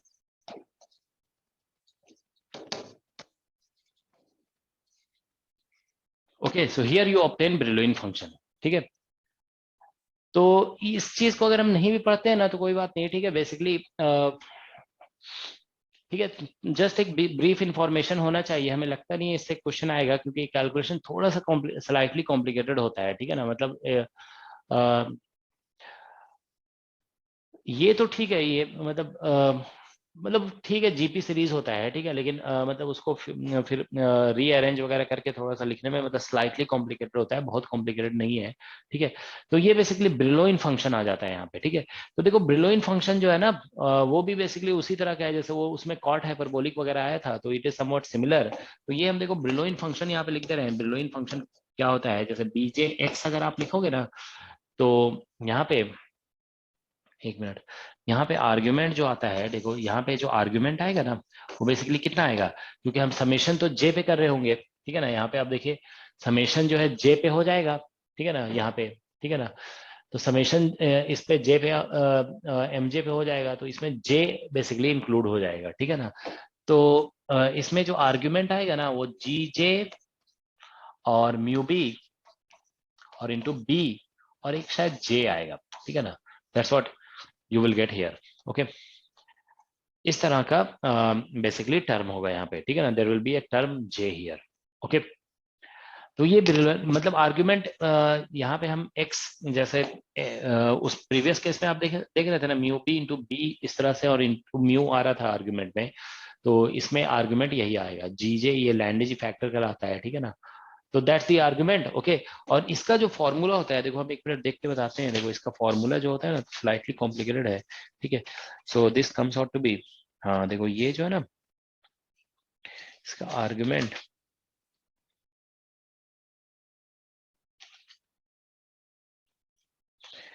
ठीक है। तो इसमें जो ठीक है, बाकी सब कुछ हम सही लिखे हुए हैं, बस इसका फॉर्मूला देखो बता देते हैं। इसका फॉर्मूला इतना आ जाता है 2j+1 और डिवाइड बाय 2j, ठीक है। और cot hyperbolic sorry, cot hyperbolic, and here 2j plus 1 or divided by 2j or into x or minus 1 by 2j cot hyperbolic x upon 2j। ये बेसिकली इसका formula है। तो ये थोड़ा कॉम्प्लिकेटेड है स्लाइटली, ठीक है ना। तो इसमें भी फिर वही कंडीशन लगा देते हैं कि अगर बीटा टेम्परेचर जो है ना लार्ज है, ठीक है ना, टेम्परेचर इज लार्ज, और तो बीटा जो है ना वो स्मॉल हो जाएगा, ठीक है ना, बीटा इज स्मॉल। तो ये आर्ग्यूमेंट देखो यहाँ पे अच्छा इसमें बीटा छूट गया है, ठीक है ना, there is a beta also here, ठीक है ना, ये बीटा भी है यहाँ पे, म्यू बी इंटू बीटा, ठीक है ना। सर इसमें कॉट हाइपरबोलिक है क्या? हाँ, ये कॉट हाइपरबोलिक है, दोनों कॉट हाइपरबोलिक है, ठीक है ना, ये भी कॉट हाइपरबोलिक है, ठीक है। So that's what you get here, okay. तो देखो इसमें जो है ना बीटा छूट गया था हमारा, वो नहीं तो एनर्जी का डायमेंशन बन जाएगा, ये डायमेंशनलेस, यहाँ पे बीटा का टर्म तो प्रेजेंट है ही है ना सब में, ठीक है। तो देखो टी लार्ज अगर लोगे ना तो बीटा स्मॉल हो जाता है, ठीक है। तो बीटा स्मॉल होगा तो फिर से इसका एक्सपेंशन वगैरह करोगे, ठीक है ना, यू डू इट्स एक्सपेंशन। तो इसमें देखो बी जे, और अगर एक्स लिखा हुआ है तो लिमिट x टेंड्स टू 0 अगर हम करते हैं ना, तो इसका वैल्यू मुझे भी पता नहीं है, इसका वैल्यू देखें कितना लिखा हुआ है। हाँ, इसका वैल्यू जो है ना इतना आता है x, और यहाँ पे j प्लस 1 और डिवाइड बाय 3j, ठीक है। That's what it comes out to be, ठीक है। तो ये रिजल्ट आ जाएगा, ठीक है ना। तो फिर से वही बात हो जाएगी, देखो ये हमने रिजल्ट लिख दिया है यहाँ पे, अगर हम x लिखे हुए हैं तो ये लिखा हुआ है, ठीक है ना। अगर ये लिखेंगे हम लोग यहाँ पे, ठीक है ना, दिस टर्म, तो this will become equal to j plus 1, और यहाँ से x का वैल्यू ये लिख दोगे gj और b और इंटू म्यू बी, ठीक है, और इंटू बीटा, और इंटू लास्ट में डिवाइड बाय 3 आ जाएगा, क्योंकि ये j और उसमें से j आएगा वो कैंसिल हो जाएगा, ठीक है। तो दिस इज दी ब्रिलॉन फंक्शन। तो अल्टीमेटली देखो क्या होगा, फिर से अब हम डायरेक्ट लिख दे रहे हैं, ये बेसिकली एक का निकला है, ठीक है ना, एक डाइपोल का एवरेज मैग्नेटिक मोमेंट, ओके। तो इसको n से मल्टीप्लाई करेंगे तो टोटल मैग्नेटिक मोमेंट आ जाएगा, फिर वॉल्यूम से डिवाइड करोगे तो फिर ये इस मतलब मैग्नेटाइजेशन फिर निकालोगे ना, तो इस मतलब इससे ससेप्टिबिलिटी जैसे प्रीवियस केस में निकाला गया वैसे इसमें भी प्रोसीड करना पड़ेगा। तो एक स्मॉल n आ जाएगा, यहाँ पे j प्लस 1 आ जाएगा, और यहाँ पे लैंडेज फैक्टर, ठीक है, और मैग्नेटिक फील्ड कैंसिल आउट हो जाएगा, तो यहाँ पे बोर मैग्नेटॉन बचेगा, और डिवाइडेड बाय 3, और एक म्यू नॉट आ जाएगा परमिबिलिटी का, प्रीवियस केस में जैसा आया था, ठीक है ना, और 3 kBT आ जाएगा, ठीक है ना। तो ये बेसिकली क्वांटम थ्योरी के अकॉर्डिंग निकल गया, ठीक है। So this is paramagnetic susceptibility according to quantum theory, ठीक है ना। तो मेन जानते हो इसमें जो कैलकुलेशंस जो इन्वॉल्व है ना, हाँ, वो जे कैंसिल हो जाएगा ना, ये वाला यहाँ पे, एक मिनट, देखो ये एक्स पुट किया था ना, यहाँ पे एक्स में जो था वहां पे जे, ये वाला जे एक्स की जगह पे ये है ना, जैसे यहाँ पे x लिख दिया गया ना, यहाँ पे x का आर्गुमेंट एक्चुअली क्या है, यहाँ पे G J mu B beta B J, तो वो जे यहाँ पे पुट करेंगे ना तो कैंसिल आउट हो जाएगा, ठीक है। तो ये रिजल्ट है इसका, ठीक है। तो ये दिस इज पैरामैग्नेटिक ससेप्टिबिलिटी। तो देखो जैसा कि हम बताए ना कि ससेप्टिबिलिटी ये सब एक्सपेरिमेंटली नोन रिजल्ट्स हैं, these are experimentally known results, उसी को हम लोग थ्योरेटिकली डिराइव कर रहे हैं, ठीक है ना। तो इसमें जहाँ तो फाइनल रिजल्ट जितना इंपॉर्टेंट नहीं है ना, उससे ज्यादा इंपॉर्टेंट है बेसिकली कि how you are doing this calculation, मतलब ये स्टैटिस्टिकल मैकेनिक्स का पार्ट है बेसिकली, आप पार्टीशन फंक्शन वगैरह निकाल रहे हो, ठीक है ना। So that is important actually, okay. लेकिन कभी एग्जाम में जानते हो डिपेंडेंस थोड़ा नोट करके रखोगे, डिपेंडेंस आप देख रहे हो ना, डेंसिटी के प्रोपोर्शनल आता है ये सारा, ससेप्टिबिलिटी जहां पे भी आ रहा है ना, it is coming out to be proportional to density और इनवर्सली प्रोपोर्शनल टू टेम्परेचर आ रहा है, तो कभी इससे मैनिपुलेट करके क्वेश्चन पूछा जा सकता है, ठीक है ना। So that's what we have, okay. तो एग्जाम में देखो कुछ ग्राफ पूछा जाता है इसमें, तो इसमें ग्राफ अगर प्लॉट करोगे ना तो देखो यहाँ पे ससेप्टिबिलिटी कभी कभी काई एम और वर्सेस अगर हम टेम्परेचर प्लॉट करेंगे तो इनवर्सली रिलेटेड है, तो ग्राफ तो ऐसे ही बनेगा, ये दिस इज हाउ। तो कभी कभी एग्जाम में कुछ ग्राफ्स पूछ लिए जाते हैं, तो वो ध्यान रखोगे, देखो कभी कभी 1/chi_m ऐसे लिखा जाता है, 1/chi_m और वर्सेस टेम्परेचर प्लॉट कर रहे हैं, ठीक है ना। तो 1/chi_m इसका इनवर्स करोगे ना तो 1/chi_m आ जाएगा, और ये टेम्परेचर के प्रोपोर्शनल आ जाएगा। तो ये आप देखो कोई इंटरसेप्ट नहीं है ना, तो ये ऐसा बन जाएगा ग्राफ, बेसिकली ये 0 से क्रॉस कर रहा है, ठीक है ना। तो ये कुछ इसके ग्राफ है, ठीक है, कभी कभी एग्जाम में ग्राफ से रिलेट करके क्वेश्चन आ सकता है, ठीक है ना। सो दैट्स दी तो आप समझ रहे हैं ना, जो हम बात करते हैं ना कि थ्योरी ऑफ मैग्नेटिज्म, तो थ्योरी ऑफ मैग्नेटिज्म क्या है बेसिकली, स्टैट में अप्लाई करिए और जो एक्सपेरिमेंटल फाइंडिंग है उसको डेराइव करना है, ठीक है ना, that's the theory of magnetism. Okay, अब ये जो कैलकुलेशन कराया गया उसमें से कहीं ना कहीं से कुछ क्वेश्चन एग्जाम में फ्रेम हो जाते हैं, ठीक है ना, लेकिन ज्यादातर जानते हो क्वेश्चन जो पूछे गए ना, हम आपको क्लियरली बता रहे हैं एग्जाम के क्वेश्चंस को आंसर करने के लिए आप ये जितने भी डेरिवेशंस है ना उन सबको स्किप कर दीजिए, स्किप ऑल दिस डेरिवेशंस। जो कंक्लूजन है, ठीक है, मैग्नेटिज्म के क्वेश्चन जो पूछे जाते हैं ना वो कंक्लूजन पे पूछे जाते हैं, ठीक है, आप कंक्लूजन पे फोकस करिए, ठीक है, तो most of the question exam के हो जाएंगे, ठीक है ना। सो ये ध्यान रखना है, फोकस ऑन, ठीक है ना, कंक्लूजन, कंक्लूजन, ठीक है ना, या फिर इसको कह सकते हो एक्सपेरिमेंटल फाइंडिंग्स। तो इस टॉपिक से क्वेश्चंस जो आते हैं ना वो कंक्लूजन या एक्सपेरिमेंटल फाइंडिंग्स पे बेस्ड क्वेश्चंस होते हैं, ठीक है ना, और कोई क्वेश्चन ज्यादा नहीं होता है, ठीक है ना। तो चलो अभी जानते हो हम स्टॉप कर रहे हैं, ठीक है, नेक्स्ट क्लास में हम थोड़ा जो है ना ये डिस्कस कर देंगे, क्या कहते हैं फेरोमैग्नेटिज्म, ठीक है ना, कि हाउ फेरोमैग्नेटिज्म अराइजेस, और क्या बोलते हैं फिर सुपर कंडक्टिविटी थोड़ा डिस्कस कर देंगे। तो देखो ये दो टॉपिक जानते हो, मतलब थियोरेटिकली सब कुछ है इसमें, there is theory, okay, but mostly experimental results पे क्वेश्चन आते हैं। तो सुपर कंडक्टिविटी में भी जानते हो जो एक्सपेरिमेंटल फाइंडिंग्स है ना उस पे रिजल्ट ज्यादा होता है, ठीक है, तो वो भी मतलब हम लोग उसी तरह से थोड़ा डिस्कस कर लेंगे कि एक्सपेरिमेंटल फाइंडिंग्स बेसिकली क्या है उसके सुपर कंडक्टिविटी के, ठीक है। ठीक है, तो अभी हम सर स्टॉप करते हैं। मॉर्निंग में प्रोबेबिलिटी की क्लास लगा दीजिए कल। प्रोबेबिलिटी की, अच्छा कल जानते हो थोड़ा सा मतलब हो सकता है कि क्लास नहीं रहे, थोड़ा सा कल जो है ना थोड़ा कुछ कहीं और थोड़ा इन्वॉल्व है, कल इवनिंग वाली क्लास तो रहेगी, ठीक है ना। प्रोबेबिलिटी की हम परसों लगा देंगे क्लास, ठीक है ना, कल के बाद लगा देंगे, ठीक है। आई थिंक 1 या 2 क्लास में प्रोबेबिलिटी पूरा पूरा हो जाएगा, ठीक है। अभी हम करा देंगे आप लोग को प्रोबेबिलिटी जो है ना, जैम ये जेस्ट का एग्जाम से पहले, सॉरी गेट के एग्जाम से पहले ही करा देंगे प्रोबेबिलिटी, मतलब परसों करा देंगे कल के बाद, ठीक है ना। कल इवनिंग में रहेगा वो मैथमेटिकल का जो प्रॉब्लम डिस्कशन है ना वो तो रहेगा ही, ठीक है, ठीक है। सर ग्रीन सर फंक्शन कल हमारे वाले नेट वाले बैच के लिए भी कोई उसका डिस्कशन है क्या? देखो वो डिस्कशन तो ऐसे ही हम लगा रहे हैं, जिसको मतलब अटेंड करना है तो कर सकते हैं, ठीक है ना। तो मतलब ये मतलब मोस्टली उनके लिए है जो मतलब जिनका हो चुका है टॉपिक, ठीक है ना। नहीं सर, हमें पता ही नहीं होता कि क्लास कब, आधे से ज्यादा क्लास जाने के बाद हम पता चलता है कि क्लास चल रही है, तब हम ज्वाइन करते हैं। अच्छा, हमारे वाले ग्रुप में सर वो भेजते नहीं है कि ये वाली डाउट क्लास लगेगी, तो सर उससे कोई आइडिया ही नहीं रहता कब लगेगी कब नहीं। चलो ठीक है, हम भिजवा देंगे, ओके, ठीक है। ग्रीन फंक्शन के कल लिए ऐसे कोई 7:30 से जो है ना, कल 7:30 से रहेगी क्लास, क्या बोलते हैं मैथमेटिकल का डिस्कशन क्लास है, ठीक है, कल भी है सर परसों भी है। कंप्लीट। हाँ हाँ, कंप्लीट मैथमेटिकल का रहेगा, ठीक है, तो सर ठीक एक है। एसएसपी में एक डाउट था सर, कि जो हमने पहले किया था लेटेस्ट वाइब्रेशन में, कि है ना जो अकोस्टिक मोड और वो ऑप्टिक मोड है, तो सर ऑप्टिकल उसके मोड, अंदर हाँ। जो वो जो वाइब्रेशन होती है सर, वो ट्रांसवर्स ही होती है दोनों में ही? देखो ये जो ऑप्टिकल मोड है ना, ऑप्टिकल ट्रांसवर्स नहीं, देखो क्या होता है ऑप्टिकल मोड में बेसिकली क्या होता है, नहीं वाइब्रेशन ट्रांसवर्स की बात तो हम कर ही नहीं रहे थे, ठीक है ना। ट्रांसवर्स देखो बेसिकली 1D सॉलिड है ना, तो बेसिकली हम लोग डिस्कशन जो निकाल रहे थे ना, ट्रांसवर्स बेसिकली नहीं कहते उसमें, इन फेज आउट ऑफ फेज की बात चलती है, ठीक है ना। उसका उसमें जो देखो क्या है कि हम लोग जैसे डिस्कशन कर रहे थे ना, तो उसमें तो ये मान के चल रहे थे ना वाइब्रेशन ऐसे हो रहा है।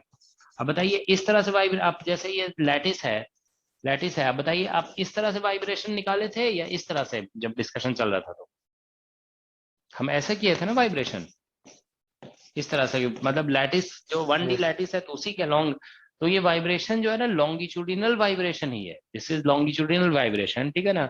इसमें एकोस्टिक मोड और ऑप्टिकल मोड इसलिए बोलते हैं ना कि एकोस्टिक मोड में सभी एटम्स एक ही डायरेक्शन में वाइब्रेट करते हैं, ये इधर गया तो ये भी इधर गया, और जैसे ये इधर गया तो ये भी इधर ही गया, ठीक है ना।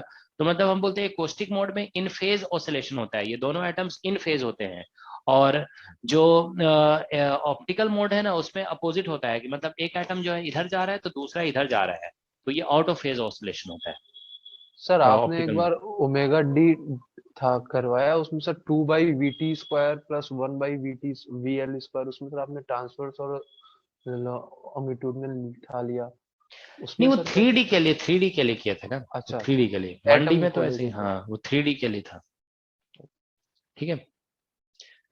सर एक चीज और, फिर जैसे अपन ये बोलते हैं ना कि अगर कोई स्प्रिंग मास सिस्टम हो और उनसे दो दो मास से जुड़े हैं, तो नॉर्मल मोड्स निकालेंगे तब दोनों की एट ए टाइम तो फ्रीक्वेंसी सेम रहेगी, वो फ्रीक्वेंसी थोड़ी चेंज हो जाएंगी। नहीं एट ए टाइम फ्रीक्वेंसी तो सेम रहती है नॉर्मल मोड में, बोलते हैं कि ऑल सर एटम्स वाइब्रेट।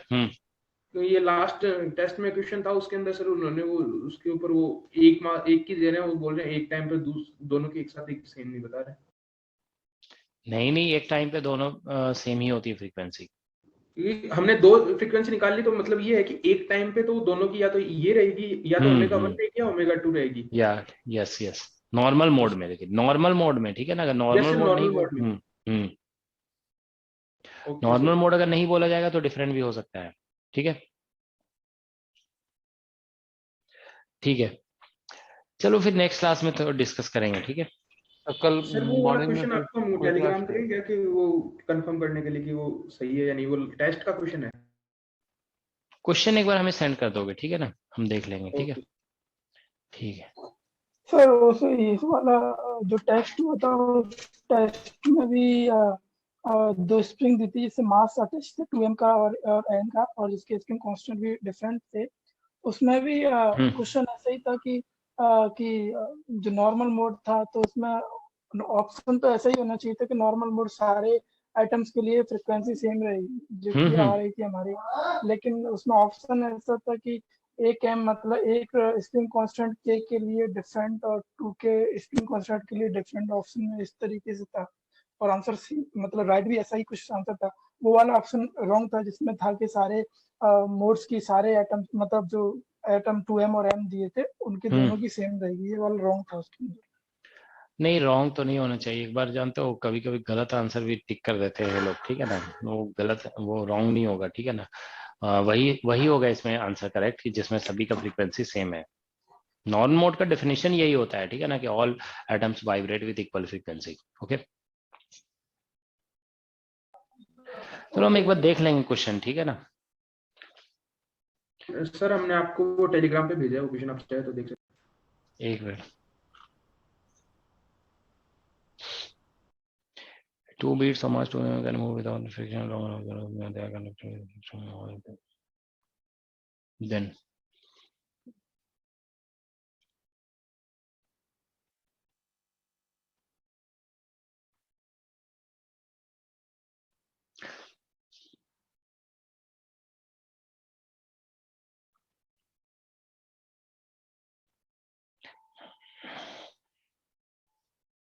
नहीं जानते हो, ऐसे तो नहीं कहा जा सकता है इसमें, ठीक है ना।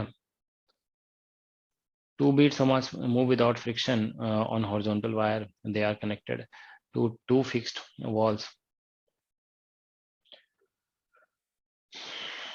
नहीं ऐसा नहीं कह सकते हैं, ठीक है ना। वो तो जानते हो मतलब क्या कहते हैं, यही होगा कि नॉर्मल मोड में दोनों जो है ना सेम फ्रीक्वेंसी से ऑसिलेट कर रहे होंगे, ठीक है, यही कहना पड़ेगा।